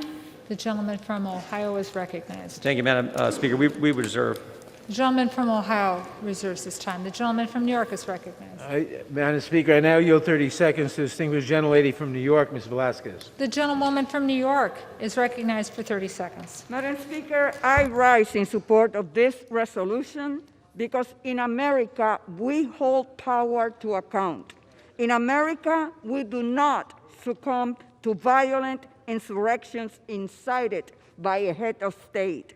In America, we do not turn a blunt eye to high crimes and misdemeanors. No, that is not who we are. So today, as a sworn defender of this nation's Constitution, I will vote in favor of impeaching Donald J. Trump. I yield back. The gentleman from New York reserves. The gentleman from Ohio is recognized. Thank you, Madam Speaker. Could I again inquire the time remaining for each side? The gentleman has 10 minutes remaining, and the gentleman for New York has 9 3/4 minutes remaining. The gentleman from Ohio is recognized. I thank you, Madam Speaker. I would yield 1 minute to the gentleman from California, Mr. Malone. The gentleman from California is recognized for 1 minute. Ladies and gentlemen, welcome to the second annual impeachment show extravaganza brought to you by the censors and left-wing media, the fact-checked ministers of shutdown and big tech, and the Democrat Party. Today, the second annual impeachment of President Trump isn't really about actual words spoken out of rally. No. This is all about, Madam Speaker, the unbridled hatred of this president. You use any extreme language and any process to oppose the core of what he has really fought for. You hate him because he is pro-life, strongest ever. You hate him for fighting for the freedom of our religion to not be persecuted by unfair mandates and limitations on speech. You hate him for not subscribing and shackling us with the religion of climate change and one-sided Paris Accords. You hate him for Israel. You hate him for defending our borders. You hate him for letting families and small businesses keep what they earn, for trying to keep the agents of government off their back. You hate him for putting America first, which is what I thought we do when we swear the oath. No, this shabby show isn't about a threat to our republic. This is the impeachment and muting of at least half of the American people. This is shameful and abuse of a process. The gentleman's time has expired. The gentleman from New I yield York. the gentleman additional 20 seconds. The gentleman from Ohio yields you Madam another Speaker, 20 seconds. 30. I pray people of all stripes wake up to this spectacle and exercise their rights to put a stop to it through free speech and through fair elections. I yield back. The gentleman yields back his time. The gentleman from Ohio wishes to reserve. The gentleman from New York is recognized. Madam Speaker, I now yield 30 seconds to the gentlelady from Florida, Ms. Wasserman Schultz. The gentleman from Florida is recognized for 30 seconds. Thank you, Madam Speaker. I rise to support the impeachment of President Donald J. Trump for seditious acts against America. To overturn the 2020 presidential election, Trump incited a violent assault on Congress, a treasonous betrayal of our nation. This criminal incitement left us with 5 dead, including a police officer, a desecrated Capitol, and a second constitutional crisis. His acts show contempt for the rule of law, the Constitution, and the foundation of any democracy, a peaceful transition of power. President Trump is a clear and present danger to American lives and democracy, and he leaves us no choice but to immediately remove him from office. Thank you. I yield back.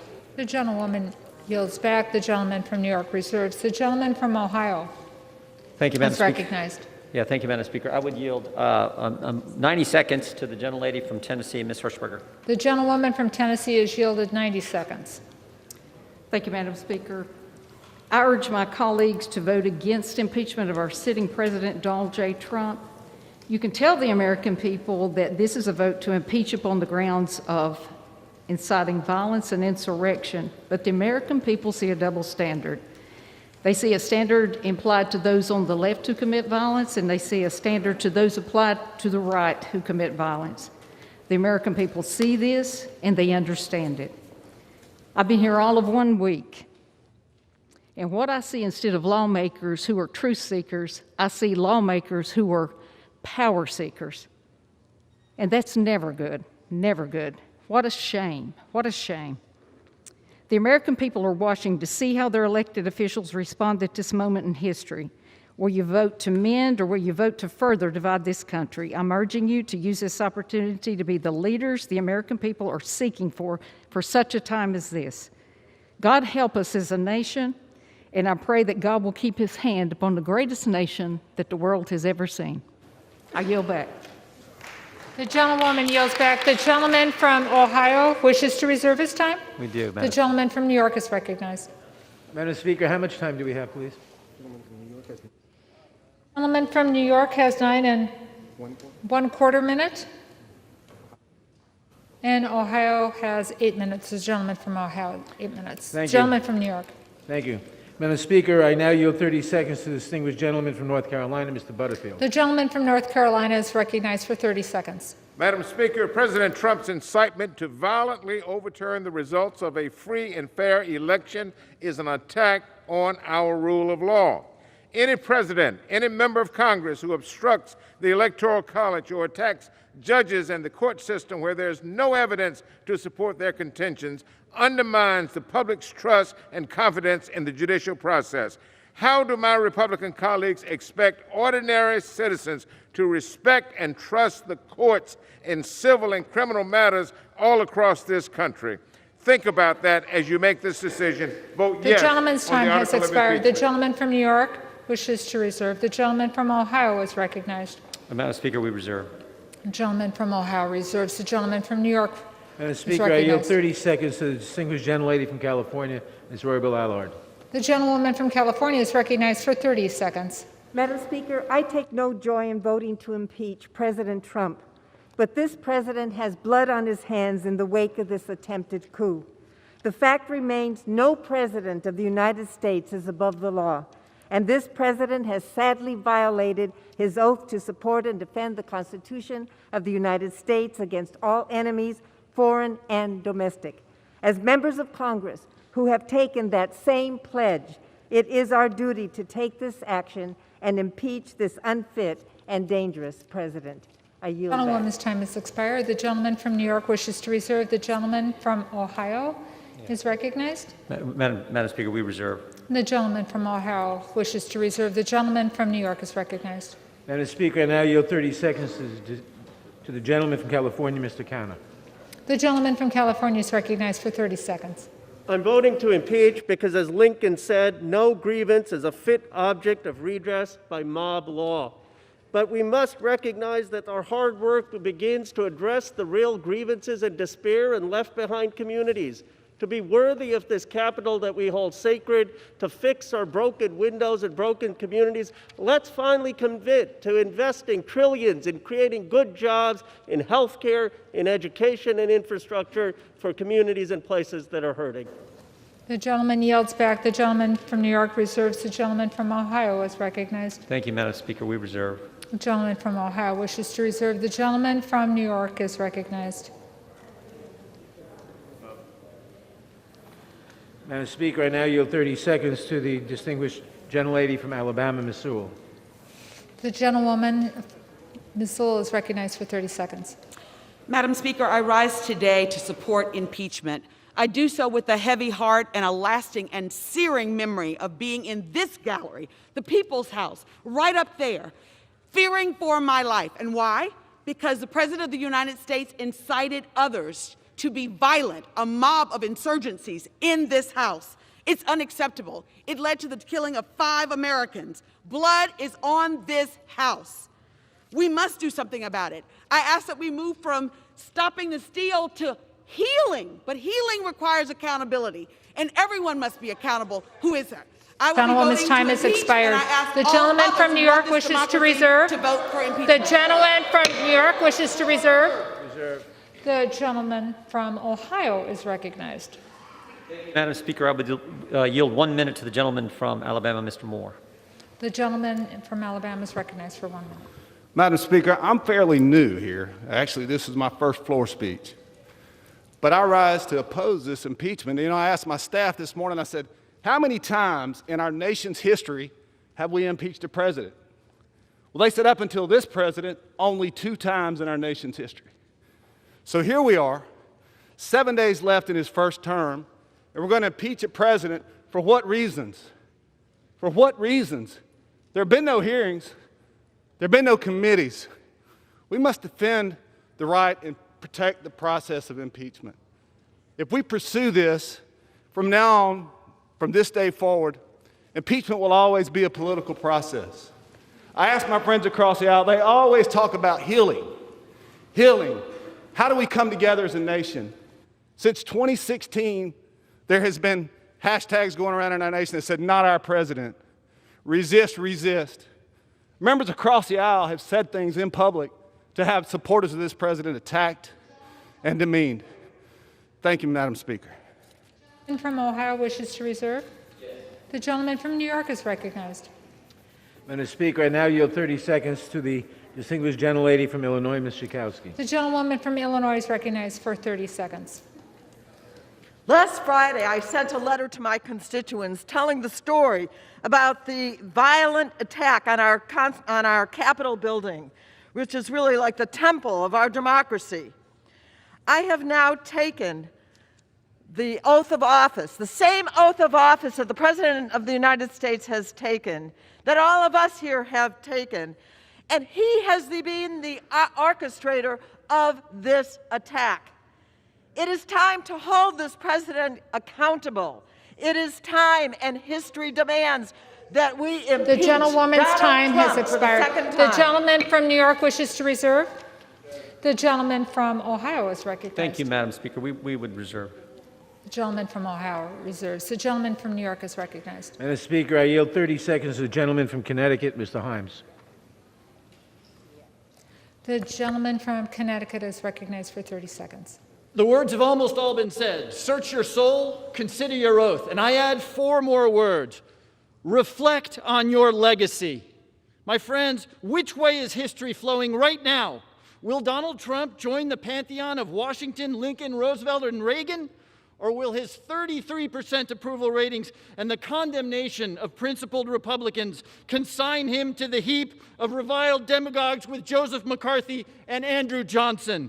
Where he goes in history, you go in history, unless today you make a stand. I yield back. Yields back. I would like to remind members to please direct their remarks to the chair. The gentleman from New York reserves. The gentleman from Ohio is recognized. Thank you, Madam Speaker. We reserve. The gentleman reserves. The gentleman from New York is recognized.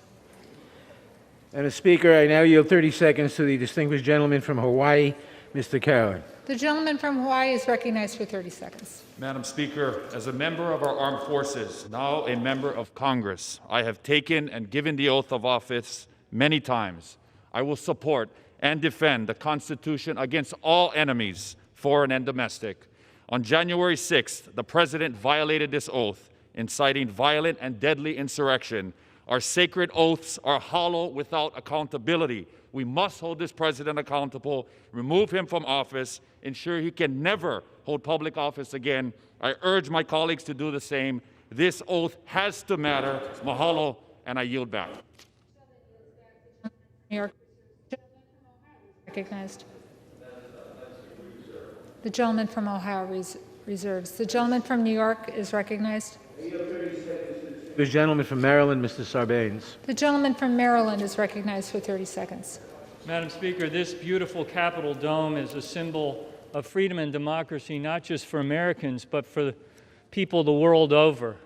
The action we take today, this impeachment, is a declaration to the world that when there is an attack on our democracy, whether it comes from without or whether, tragically, in this instance, it comes from within, we will respond to that threat and attack, and we will do what's necessary to strengthen our democracy. I yield back.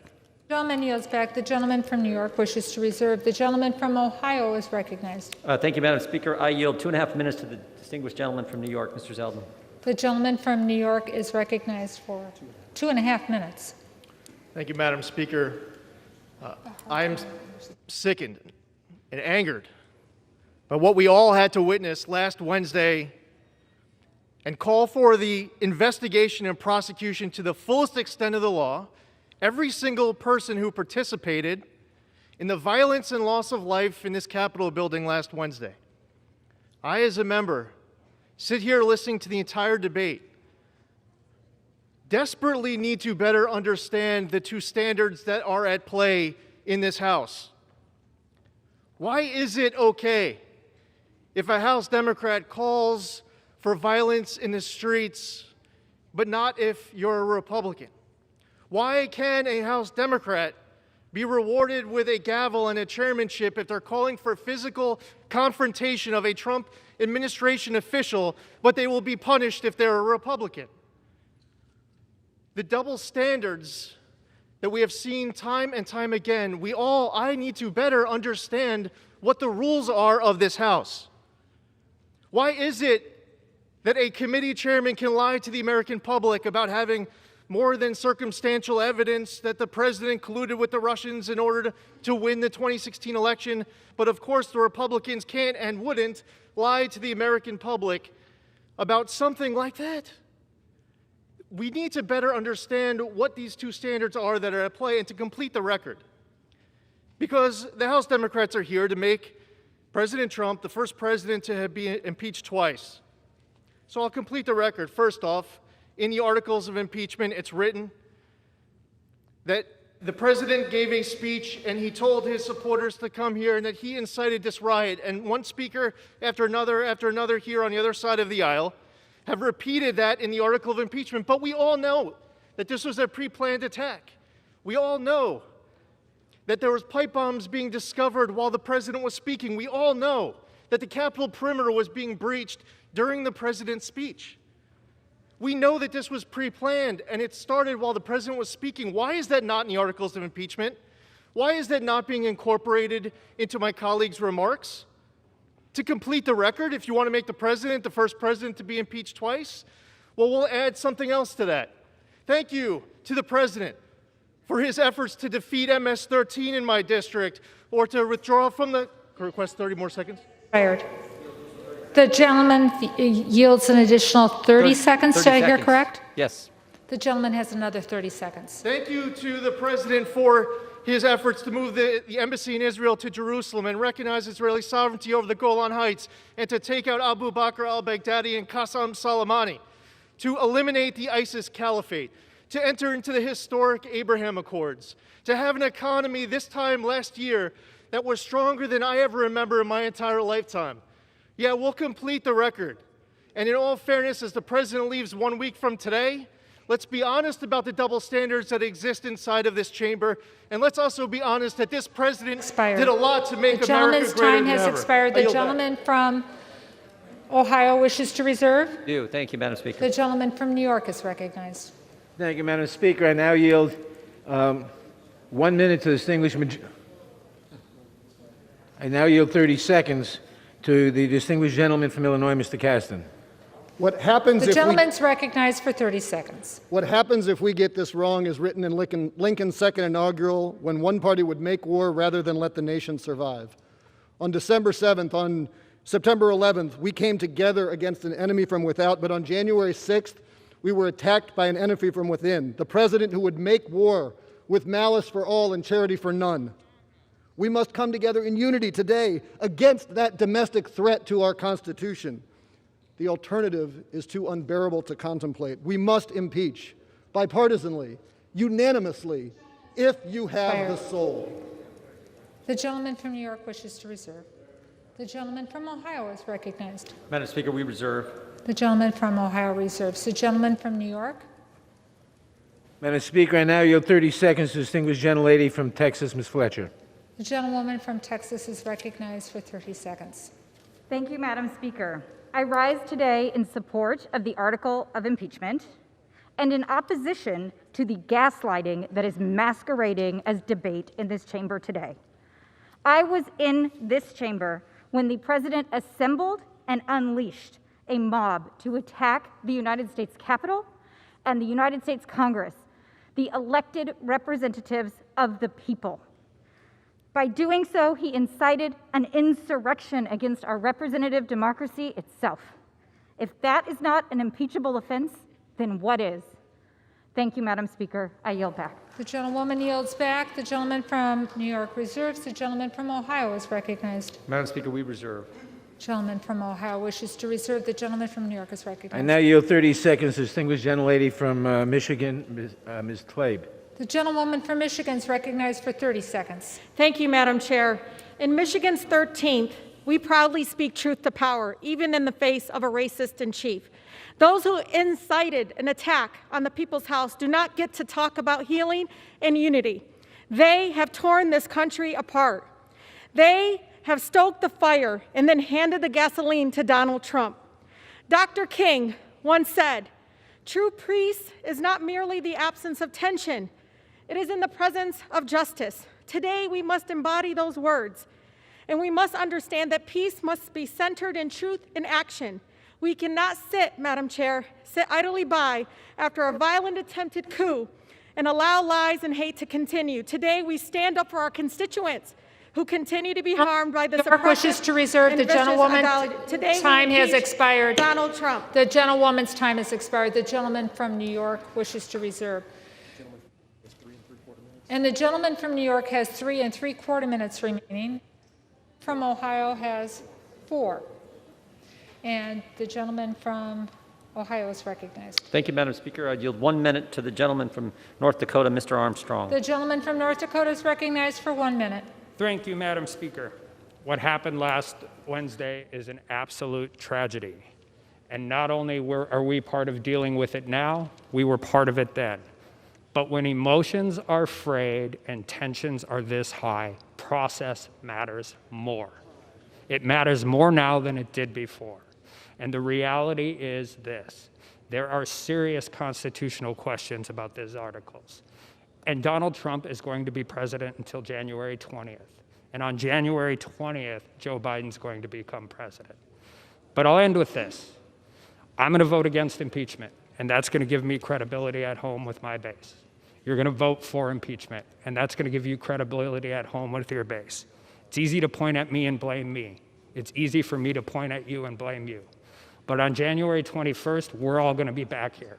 So use that credibility. Go back and talk some hard truths to your people. I'm going to do it, and we need to do a better job. And with that, I yield back. The gentleman yields back. The gentleman from New York reserves. The gentleman from Ohio reserves. The gentleman from New York. Madam Speaker, I now yield 30 seconds to the gentlelady from North Carolina, Ms. Manning. The gentlewoman from North Carolina is recognized for 30 seconds. Madam Speaker, this president has repeatedly lied to the American people about his election loss. He incited his followers to attack our democracy, resulting in 5 deaths. His dangerous efforts to derail the peaceful transition of power were a violation of his oath of office. This president is unfit to lead our nation and unable to discharge his duties of office. I call upon my Republican colleagues to speak the truth to their supporters and join me in holding President Trump accountable by voting to impeach. I yield. New York reserves. The gentleman from Ohio is recognized. Thank you, Madam Speaker. We reserve. The gentleman from Ohio reserves. The gentleman from New York is recognized. Madam Speaker, I yield 30 seconds to the gentleman from Indiana, Mr. Mervan. I didn't hear where it was from. The gentleman from Indiana is recognized for 30 seconds. Madam Speaker, since the events on January 6th, I spoke with a group of ministers from Gary, Indiana, and they told me how they are praying for unity and justice in our nation. It reminded me of the moment when those of us who were on the House floor on January 6th were huddled together in a secure room after the attack. The House chaplain, Kiblin, led us all in prayer. Let us remember that moment. Let us rekindle that prayer for those 3 minutes when we were all united to preserve our democracy and justice. I support the article of impeachment so that we can move forward to do the work that our constituents sent us here to do. With that, I yield back. Has expired. The gentleman from New York reserves. The gentleman from New York has 2 3/4 minutes remaining. The gentleman from Ohio has 3. The gentleman from Ohio is recognized. Madam Speaker, we reserve. The gentleman from Ohio reserved. The gentleman from New York is recognized. Madam Speaker, I now yield 30 seconds to the gentleman from Massachusetts, Mr. Moulton. The gentleman from Massachusetts is recognized for 30 seconds. Madam Speaker, there are more troops right now in Washington, D.C. than in Afghanistan. And they are here to defend us against the Commander-in-Chief, the President of the United States, and his mob. I would ask my colleagues to look at the faces of those young Americans defending democracy, defending us, and find an ounce of their courage to do the right thing, as several Republicans have, and take a tough vote for the future of democracy, for the future of our country. The gentleman's time has expired. The gentleman from New York wishes to reserve. The gentleman from Ohio is recognized. Madam Speaker, we reserve. The gentleman from Ohio wishes to reserve. The gentleman from New York is recognized. Madam Speaker, I yield 30 seconds to the gentleman from Texas, Mr. Vesey. The gentleman from Texas is recognized for 30 seconds. Madam Speaker, let's be clear about one thing. If we were on the eve of a Republican president being sworn in, and his Democratic predecessor had said the same thing that this president said, and incited his followers, his mob, to descend up on the Capitol, we will be joining them, not making comparisons, because guess what? I don't care about no base. I care about this democracy and this country. And what happened the other day should never happen again. And we need to stand up and say and do the right thing. The gentleman's time has expired. The gentleman from New York reserves. The gentleman from Ohio is recognized. Madam Speaker, the Republican whip is prepared to close for us whenever that is appropriate, so we'll reserve until that's time. The gentleman reserves. Madam Speaker, the gentleman from New York. I now yield 30 seconds to the gentlelady from Texas, Ms. Jackson Lee. The gentlewoman from Texas is recognized for 30 seconds.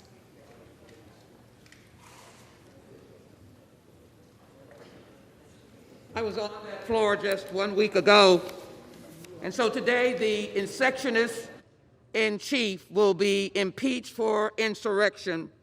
It is because he failed to defend this nation against all enemies, domestic and foreign, and he stood down near the White House and told a mob of domestic terrorists to go and show your strength, be strong. You can't gain anything because of weakness.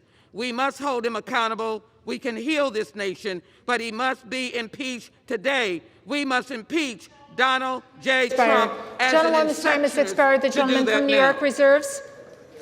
The gentleman from Ohio is recognized. Yeah, thank you, Madam Speaker. We reserve. The gentleman from Ohio continues to reserve. The gentleman from New York.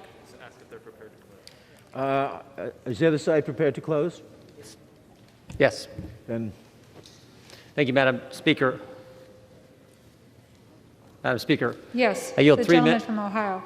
Thank you, Madam Speaker. I yield 3 minutes to the Republican whip, the gentleman from Louisiana, Mr. Scalise.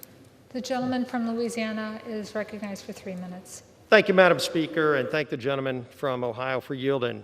Madam Speaker, our nation still mourns the unacceptable violence and anarchy that took place in this Capitol last week. As we speak, arrests are still being made, and the anarchists who stormed our Capitol are being brought to justice, as should be the case. Emotions are still high, But in this moment, we need to be focused on toning down the rhetoric and helping heal this nation as we move towards a peaceful transition of power to President-elect Joe Biden next week.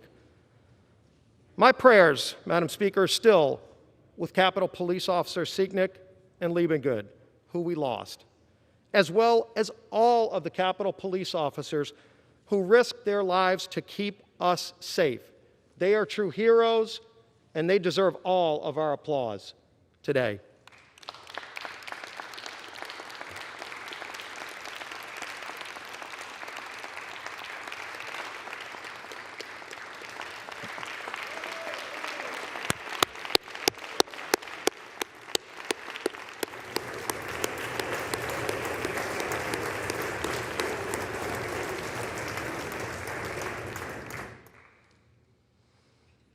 Madam Speaker, I've seen the dark evil of political violence firsthand, and it needs to stop.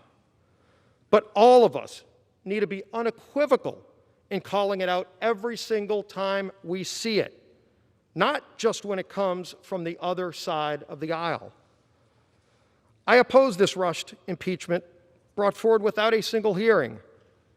And by the way, the Senate will not even take this up until President Trump is out of office.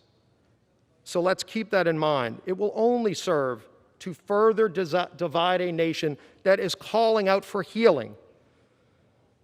Madam Speaker, many speakers today have invoked one of our nation's greatest leaders, President Abraham Lincoln. Maybe we should follow some of Lincoln's wisdom that he's imparted upon us in moments like this.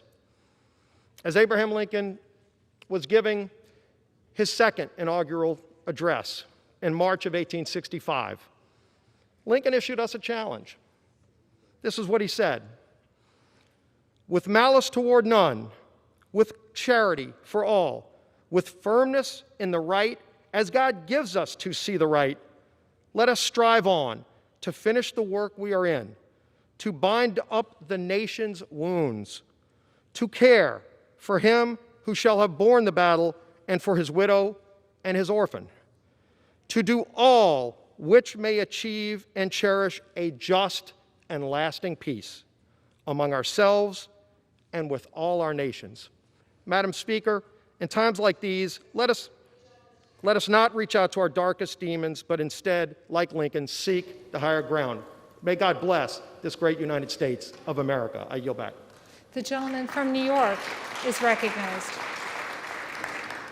Madam Speaker, we can have all this, but we have accountability too. I now yield our remaining time, 1 minute, to the distinguished Majority Leader of the House, Mr. Hoyer. The Majority of the Leader is recognized for 1 minute. I thank the Chairman for yielding. This is a troubled time, a sad time. It is a time where all of us have stood almost to a person and lamented the violence and the assault on this Capitol and the assault on democracy itself.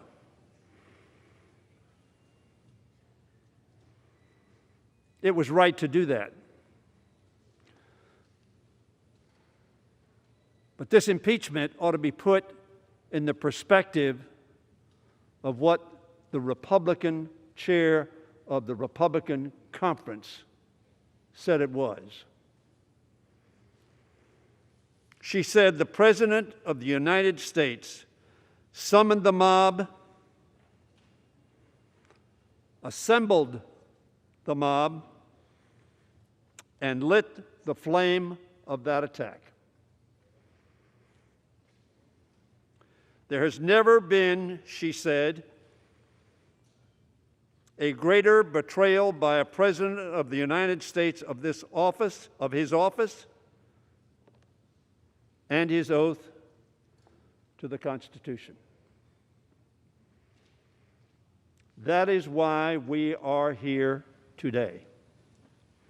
That is why we are here today, just a week before that president, at the request of the American people, will leave office.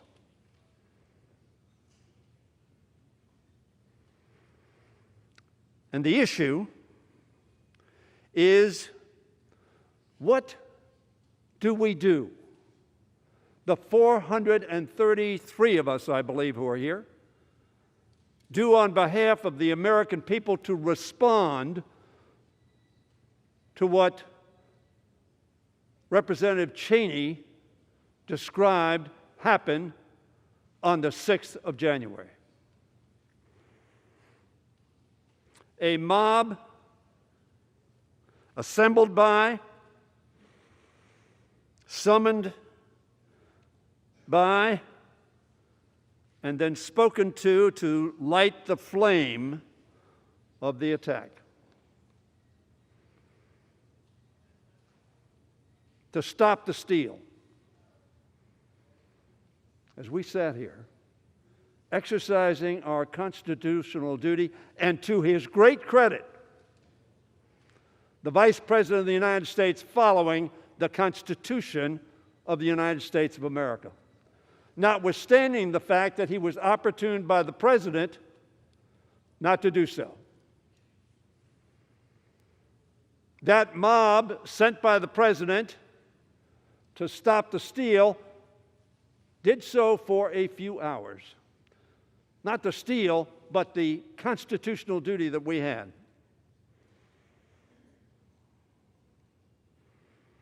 And so we ask ourselves, what do we do? What is our responsibility? What should we say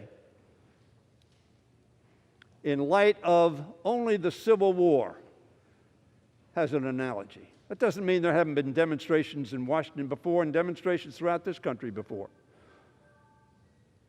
But it is the first and only physical presence other than the 9/11 attack on this nation, which came from abroad and had a plane aimed at our Capitol dome. This attack was not from abroad. It was, as Liz Cheney said, summoned, assembled, and inflamed by the President of the United States of America, who in Liz Cheney said words that there has never been a greater betrayal by a President of the United States of his office and his oath to the Constitution. I pride myself as a member of this Congress who for 40 years has worked in a bipartisan fashion with many of your leaders, and do to this day. But are we to remain silent in the face of Liz Cheney's saying this was the greatest betrayal of the duty of the President of the United States in history? Are we to stand silent? Will we stand silent? Will we not stand up and say, this is not acceptable? Madam Speaker, for 4 years, Donald Trump has made no effort to hide his ambitions or his lacking of Republican principles. Not our principles, but the principles that Abraham Lincoln was just quoted as having said. Your president, our president, has never displayed those in the 4 years he's been president of the United States. He has allowed little constraint on his worst inclinations. His desire for autocracy and his glorification of violence have not been tempered, but rationalized by those who sought to profit financially and politically from their proximity to power. Upon the foundations of virtue, reason, and patient wisdom laid down by George Washington as our first president, Donald Trump has constructed a glass palace of lies, fear-mongering, and sedition. Last Wednesday, on January 6th, the nation and the world watched it shatter to pieces. There can be no mistaking any longer the kind of man sitting in the Oval Office or his intentions and capabilities. The curtain has been pulled back. The office to which he was elected could not temper or reform him. Washington's legacy was passed down to us not as written decrees. Mr. Speaker, the House is not in order. The gentleman's correct. The House will be in order.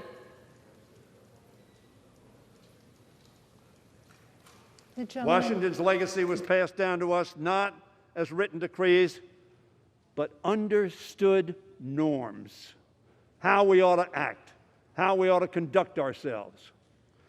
Term after term, each occupant has observed those norms out of a recognition that our Constitution's articles are not the only preservative of our democracy.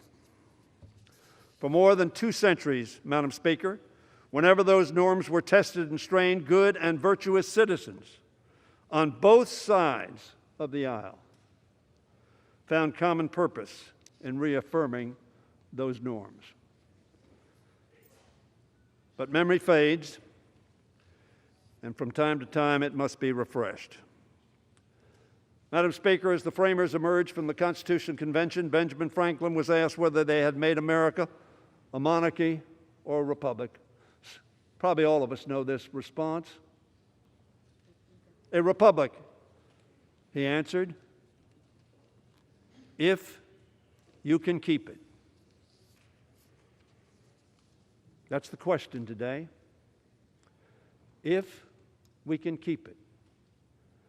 And the way we keep it is to say no to actions and words that do not promote the keeping of that republic. For millennia, people have understood that a republic is only as stable and lasting as the citizens and leaders who commit themselves to its upkeep. This president has shown us he's not committed to that project. His tweets every day have shown he is not committed to that project. Indeed, he openly disdains it and appears to prefer the alternative. But what of the rest of us? Those who have the honor and the great privilege and the weighty responsibility to represent the views of 750,000 of our fellow citizens. We in this Congress have an opportunity, no, a duty, to demonstrate our commitment, both as leaders and as citizens, to keeping America a republic.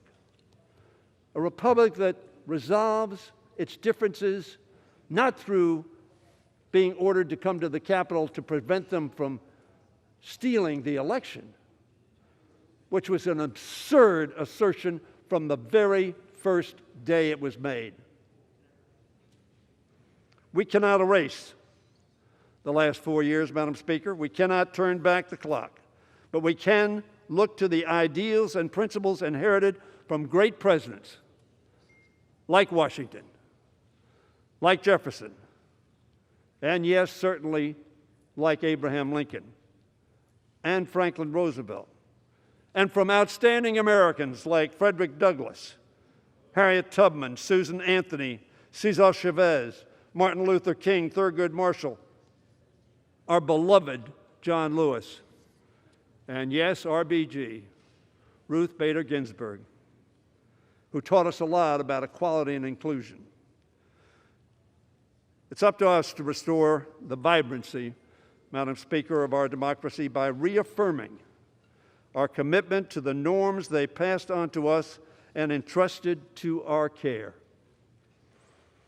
But to make that possible, Madam Speaker, we must rise to this moment and not only affirm the virtues we cherish, but reject the vices we abhor. That's what I'm asking my fellow representatives on both sides of the aisle to do today. We all stood and we abhorred the violence that occurred and the threat to the very democracy that we hold so dear and swore an oath to protect and uphold. Reject deceit. Reject fear-mongering. Reject sedition, tyranny, and insurrection. Reject the demand for fealty to one man over fidelity to one's country. When I addressed the House during the debate over the articles of impeachment in December 2019, I said the following: we need not ask who will be the first to show our courage by standing up to President Trump. The question we must ask: who will be the last to find it? Senator McConnell, Representative Cheney, a number of other representatives who have spoken on this floor with great courage, Madam Speaker, because there is much fear of Donald Trump. There's much fear of Donald Trump's tweets. There's much fear of Donald Trump's retribution for opposition. In my view, Donald Trump demands absolute loyalty and gives none in return. I hope others will join Liz Cheney.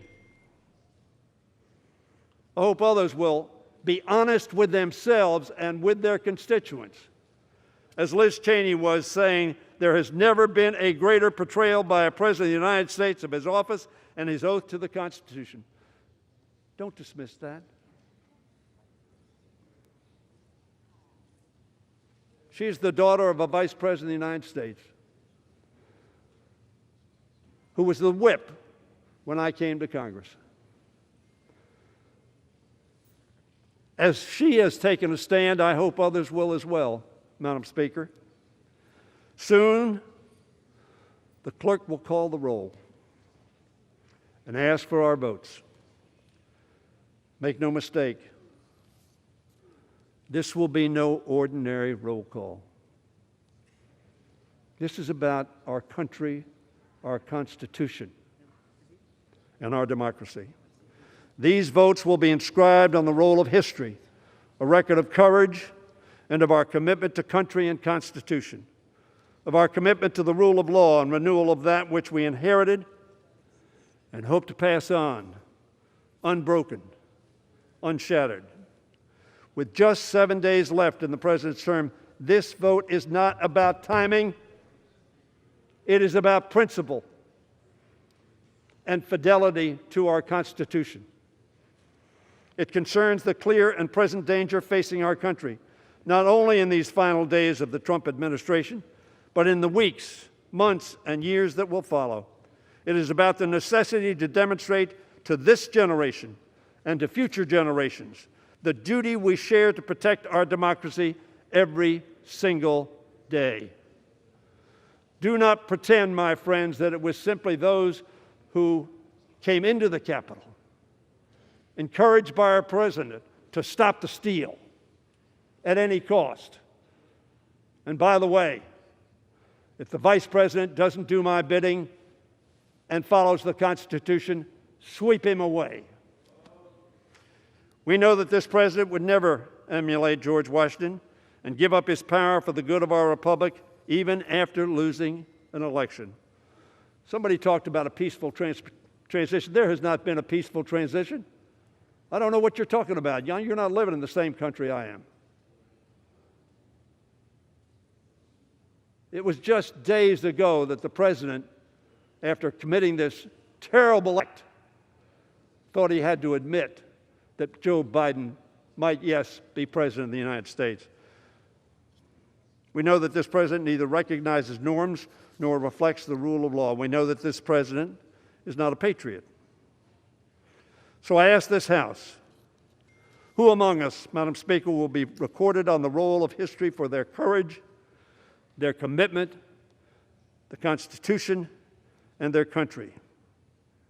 We do this today not for politics. We don't need this for politics. Georgia showed that. There was no mistake in this election. We do this today to preserve and protect this great democracy. We do it for the America we love, our America the beautiful, whose founders' sacrifices we praise in song. Oh, beautiful for heroes proved in liberating strife, who more than self their country loved, and mercy more than life. Sadly, Madam Speaker, as our current president, the appropriate words would be, who less than self his country loved, and victory more than truth. Vote for this, for America, for our Constitution, for democracy, for history. I yield back the balance of my time. All time for debate has expired. Pursuant to House Resolution 41, the previous question is ordered on the resolution. The question is on adoption of the resolution. Those in favor say aye. Those opposed say no. In the opinion of the chair, the ayes have it. The gentleman from Ohio is recognized. For what reason? Thank you, Madam Speaker. We'd ask for a roll call vote. Pursuant to Section 3S of House Resolution 8, the yeas and nays are ordered. Members will record their votes by an electronic device.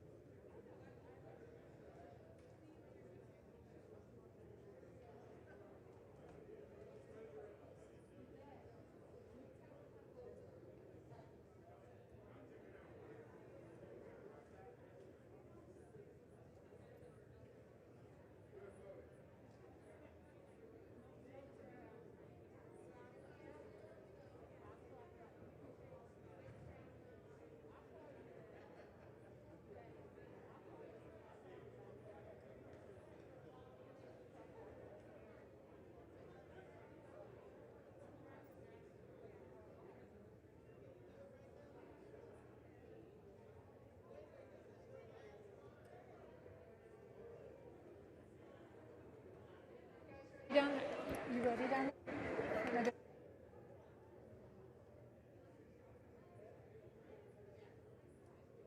What purpose does the gentleman from Washington seek recognition? Thank you, Madam Speaker. As the member designated by Ms. Strickland of Washington pursuant to H-Res 8, I inform the House that Ms. Strickland will vote yes on H-Res 24.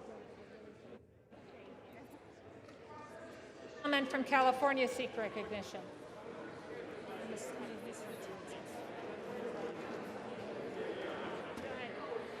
Madam Speaker, as member designated by Congressmember Napolitano pursuant to House Resolution 8, I inform the House that Congressmember Napolitano will vote yes on H Resolution 24. And Madam Speaker, as member designated by Congressmember Costa pursuant to House Resolution 8, I inform the House that Congressmember Costa will also vote yes on H-Res 24. Gentleman from Texas seek recognition. Madam Speaker, as the member designated by Mr. Crenshaw, Texas, pursuant to House Resolution 8, I inform the House that Mr. Crenshaw will vote no on House Resolution 24. Gentlewoman from Maine seek recognition. Madam Speaker, as the member designated by Ms. Custer of New Hampshire, pursuant to H-Res 8, I will inform the House that Ms. Custer will vote yea on House Resolution 24. The gentleman from Tennessee seek recognition. Madam Speaker, as the member designated by Mr. Fleischman of Tennessee pursuant to H-Res 8, I inform the House that Mr. Fleischman will vote nay on H-Res 24. As the member designated by Mr. Desjardins of Tennessee pursuant to H-Res 8, I inform the House that Mr. Desjardins will vote nay on H-Res 24.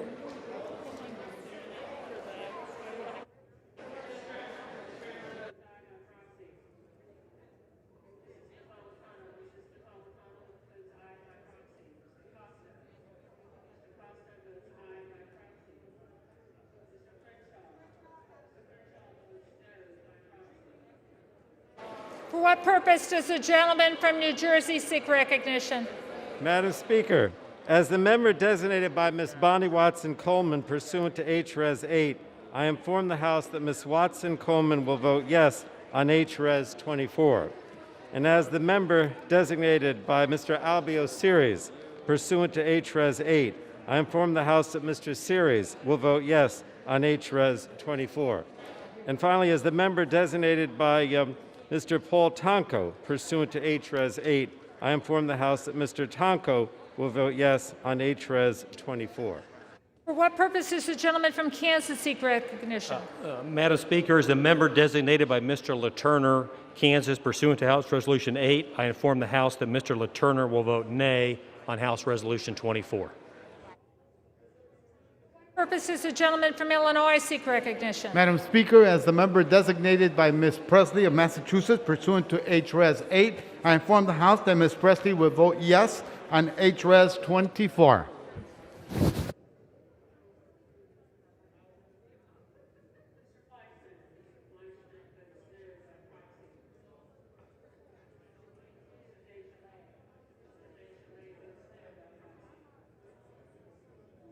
Does the gentleman from Connecticut seek recognition? Thank you, Madam Speaker. Madam Speaker, as the member designated by Mr. Adam Smith of Washington State, pursuant to House Resolution 8, I inform the House that Mr. Smith will vote yes on H-Res 24.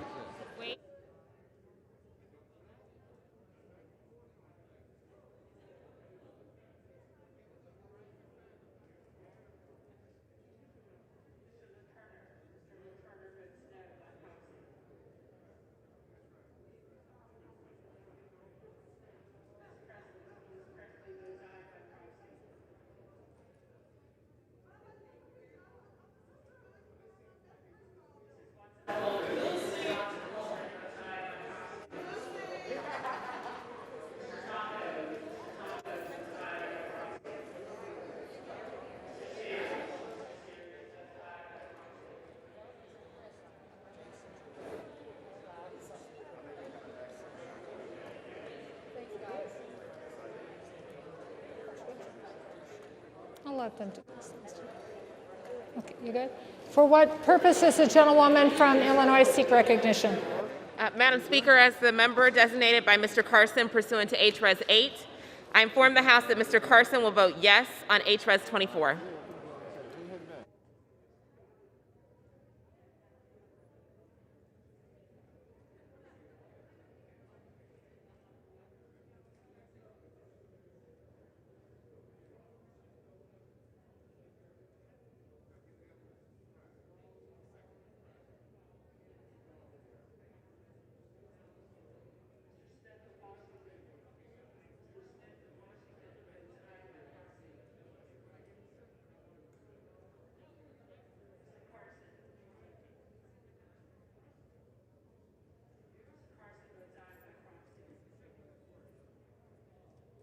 What purpose does the gentleman from New York seek recognition? As the member designated by Chairwoman Eddie Bernice Johnson, pursuant to H-Res 8, I inform the House that Chairwoman Johnson will vote yea on H-Res 24.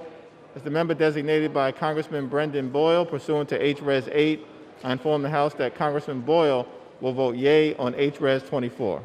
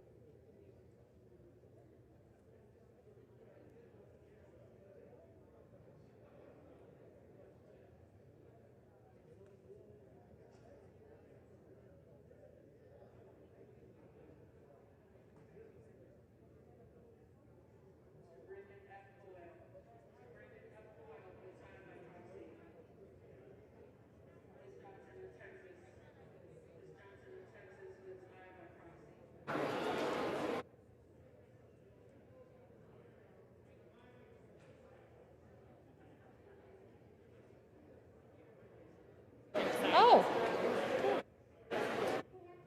The gentlewoman from Florida seek recognition. Thank you, Madam Speaker. As the member designated by Dr. Dunn of the state of Florida, pursuant to H-Res 8, I inform the House that Dr. Dunn will vote nay on H-Res 24. As the member designated by Mr. Buchanan from the state of Florida pursuant to HRES 8, I inform the House that Mr. Buchanan will vote nay on HRES 24.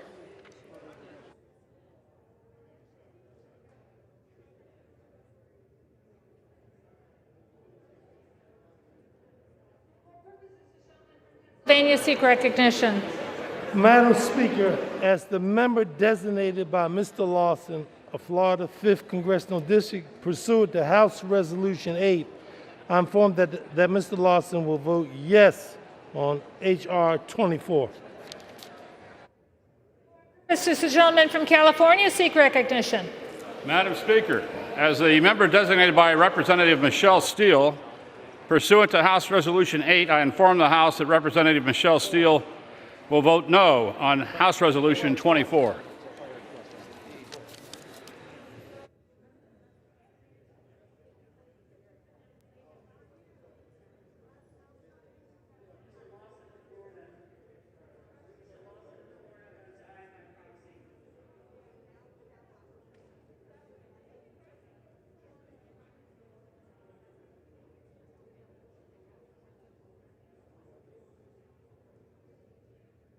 This is the gentleman from Nebraska seek recognition. Madam Speaker, as a member designated by Mr. Bill Raucus of Florida pursuant to HRES 8, I inform the House that Mr. Bill Raucus will vote nay on HRES 24.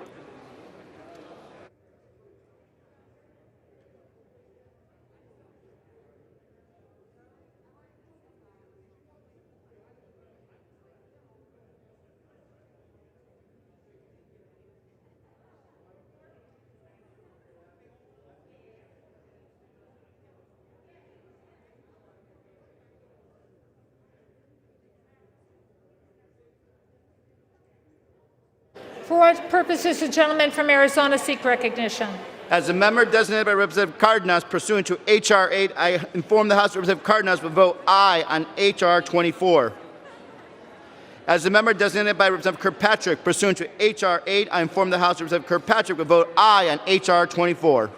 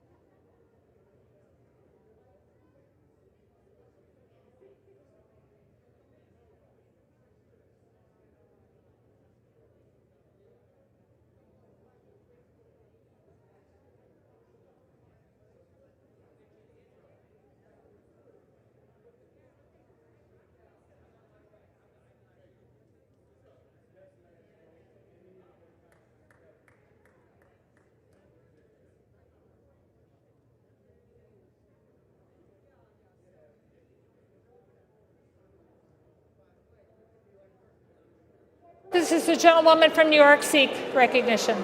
Madam Speaker, as the member designated by Mr. Young of Alaska pursuant to House Resolution 8, I inform the House that Mr. Young will vote nay on House Resolution 24. Thank you.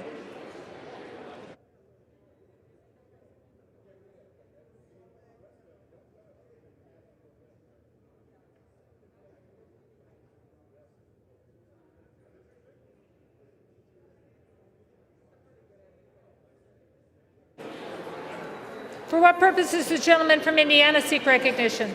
Madam Speaker, as the member designated by Mr. Baird from Indiana pursuant to HRes 8, I inform the House that Mr. Baird will vote no on HRes 24.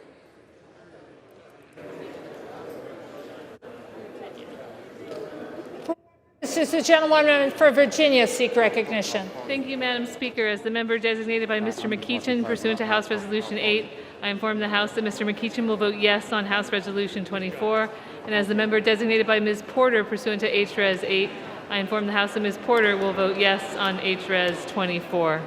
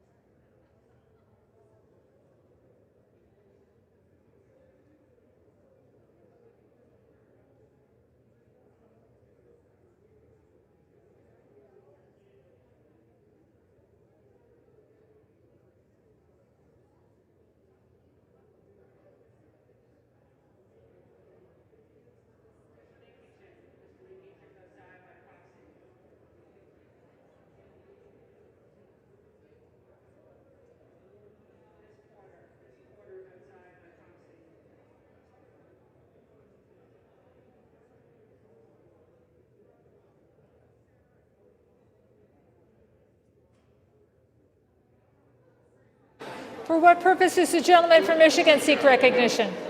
Madam Speaker, as the member designated by Mr. Bergman, pursuant to House Resolution 8, I inform the House that Mr. Bergman will vote no on final passage HRev 24.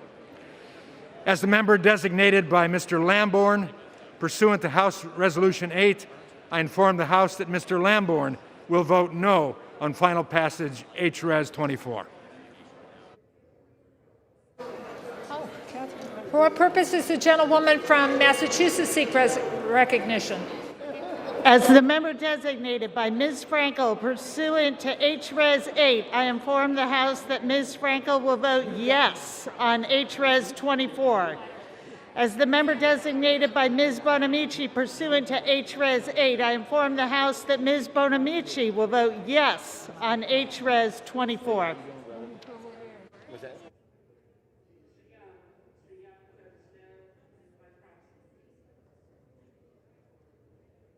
This is a gentleman from Maryland seek recognition. Madam Speaker, as the member designated by Ms. Alma Adams of North Carolina pursuant to HRes 8, I inform the House that Ms. Adams will vote yes on HRes 24.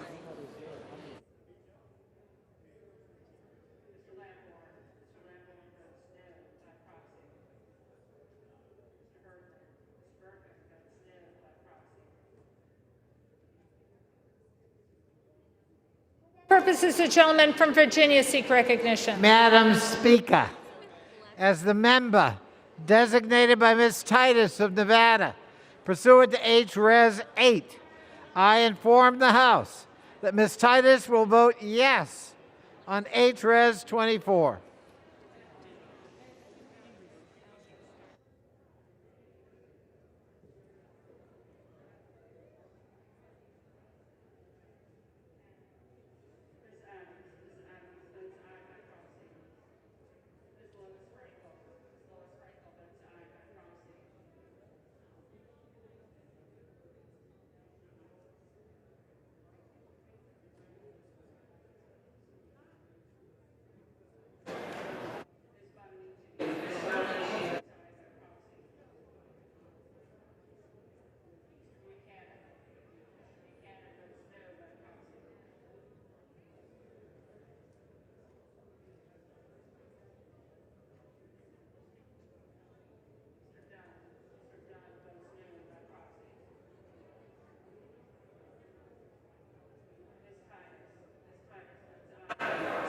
For what purpose does the gentlewoman from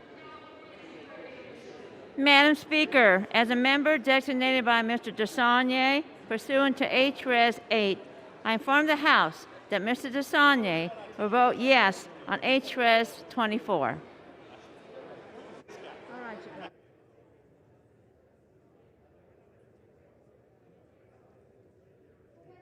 does the gentleman from California seek recognition? As the member designated by Congressman Jerry McNerney pursuant to H-Res 8, I inform the House that Mr. McNerney will vote yes on H-Res 24.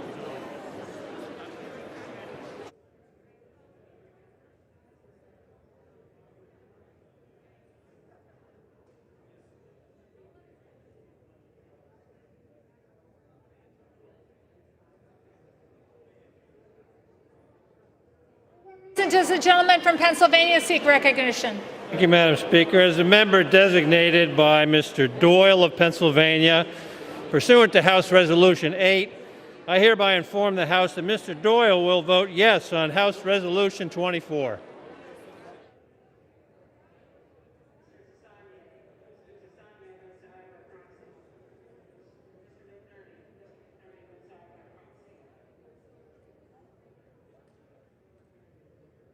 For what purpose does the gentleman from California seek recognition? As a member designated by Mr. Vella pursuant to H-Res 8, I inform the House that Mr. Vella will vote aye on H-Res 24.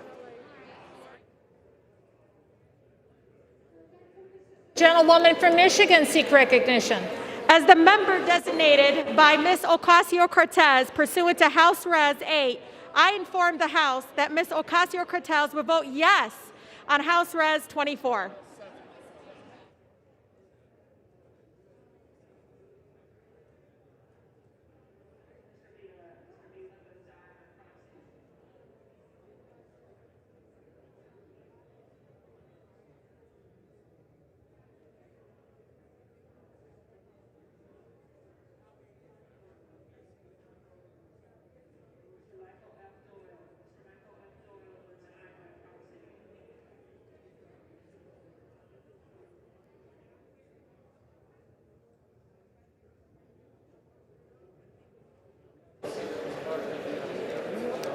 Purposes the gentlewoman from New Jersey seek recognition. Madam Speaker, as the member designated by Mr. Schneider pursuant to H-Res 8, I inform the House that Mr. Schneider will vote yes on H-Res 24.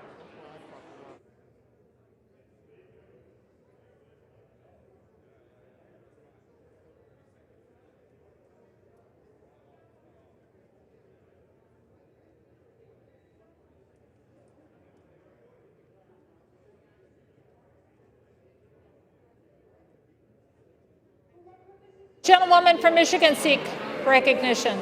As the member designated by Ms. Lee of Nevada pursuant to H-Res 8, I inform the House that Ms. Lee will vote yea on H-Res 24. As the member designated by Ms. Axney pursuant to H-Res 8, I inform the House that Ms. Axney will vote yes on H-Res 24. As the member designated by Mrs. Dingle pursuant to H-Res 8, I inform the House that Mrs. Dingle will vote yes on H-Res 24. As the member designated by Ms. Capter pursuant to H-Res 8, I inform the House that Ms. Capter will vote yes on H-Res 24.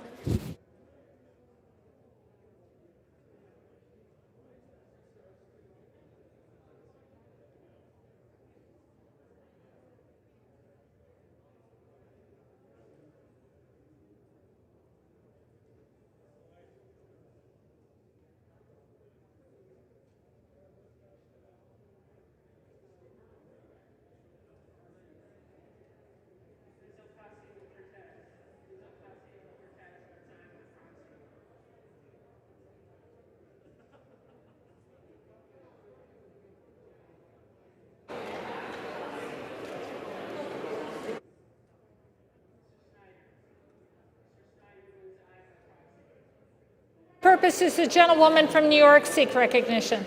Madam Speaker, as the member designated by Mr. Deutsch of Florida, pursuant to H-Res 8, I inform the House that Mr. Deutsch will vote yes on H-Res 24.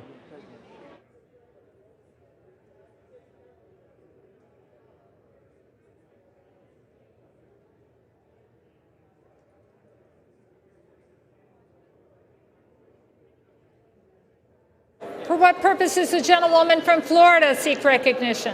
Madam Speaker, as the member designated by Mr. Hastings of Florida pursuant to H-Res 8, I inform the House that Mr. Hastings will vote yea on H-Res 24.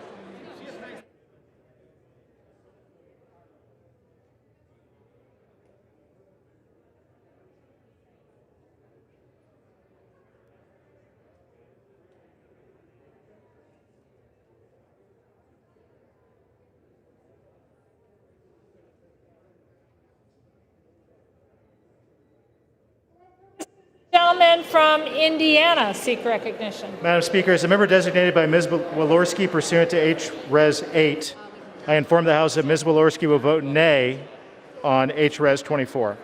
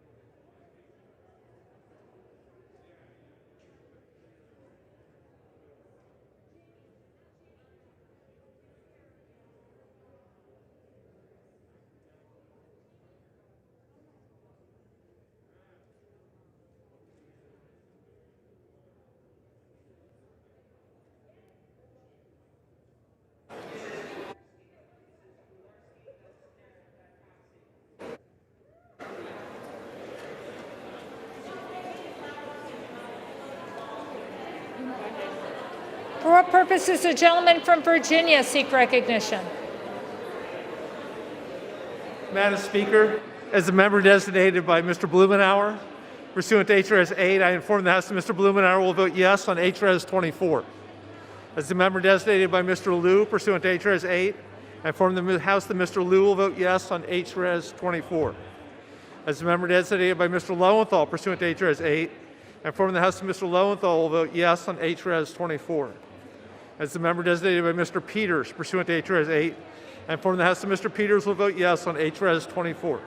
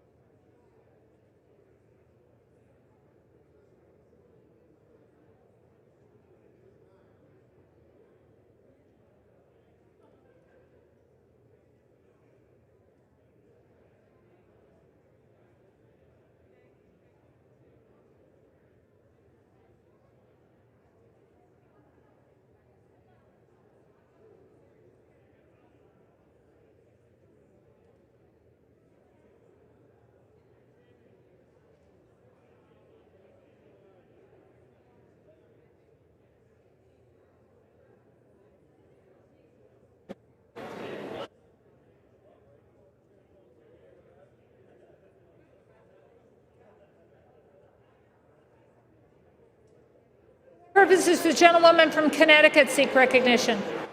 As the member designated by Ms. Wilson pursuant to H-Res 8, I inform the House that Ms. Wilson will vote yes on H-Res 24.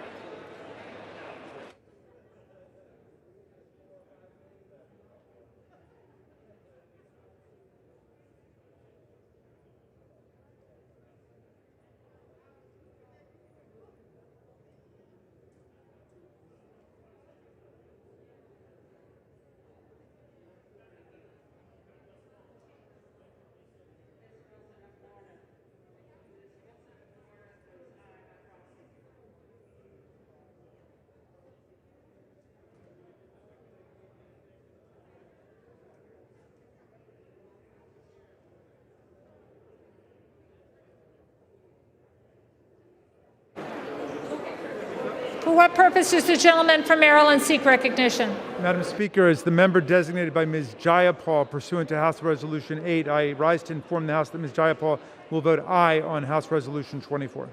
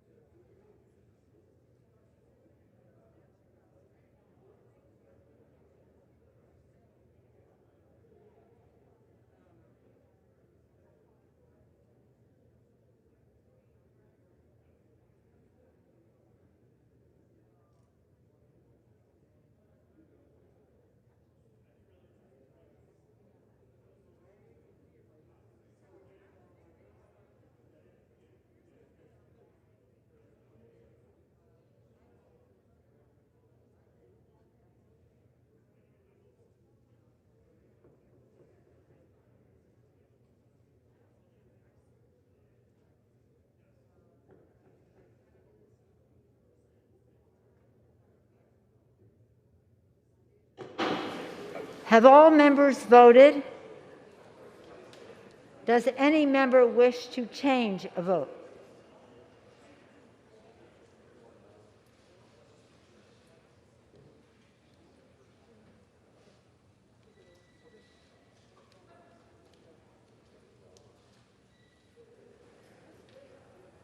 Where's she coming from? No, can't go.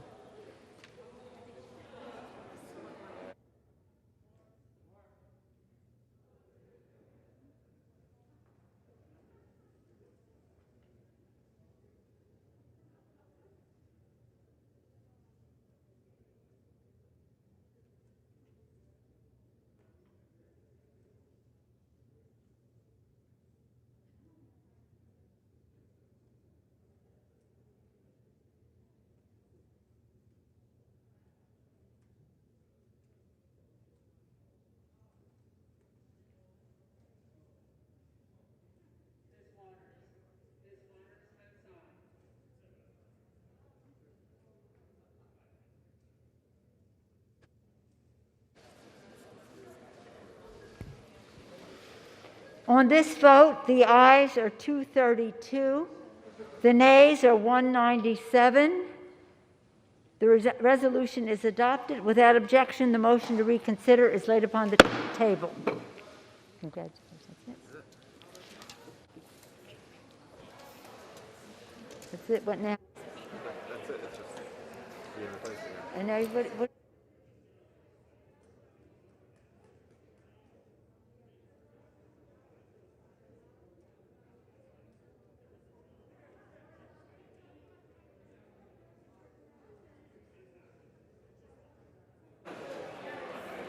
The chair announces that pursuant to Section 3A of House Resolution 41, the House Resolution 40 is hereby adopted.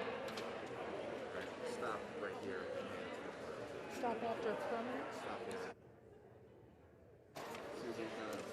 The chair announces the Speaker's appointment pursuant to Clause 11 of Rule 10, Clause 11 of Rule 1, in the order the following of the House of January 4th, 2021, of the following members of the House to the Permanent Select Committee on Intelligence. Mr. Schiff of California, Chair. Mr. Nunes of California. Smart, let me just check it.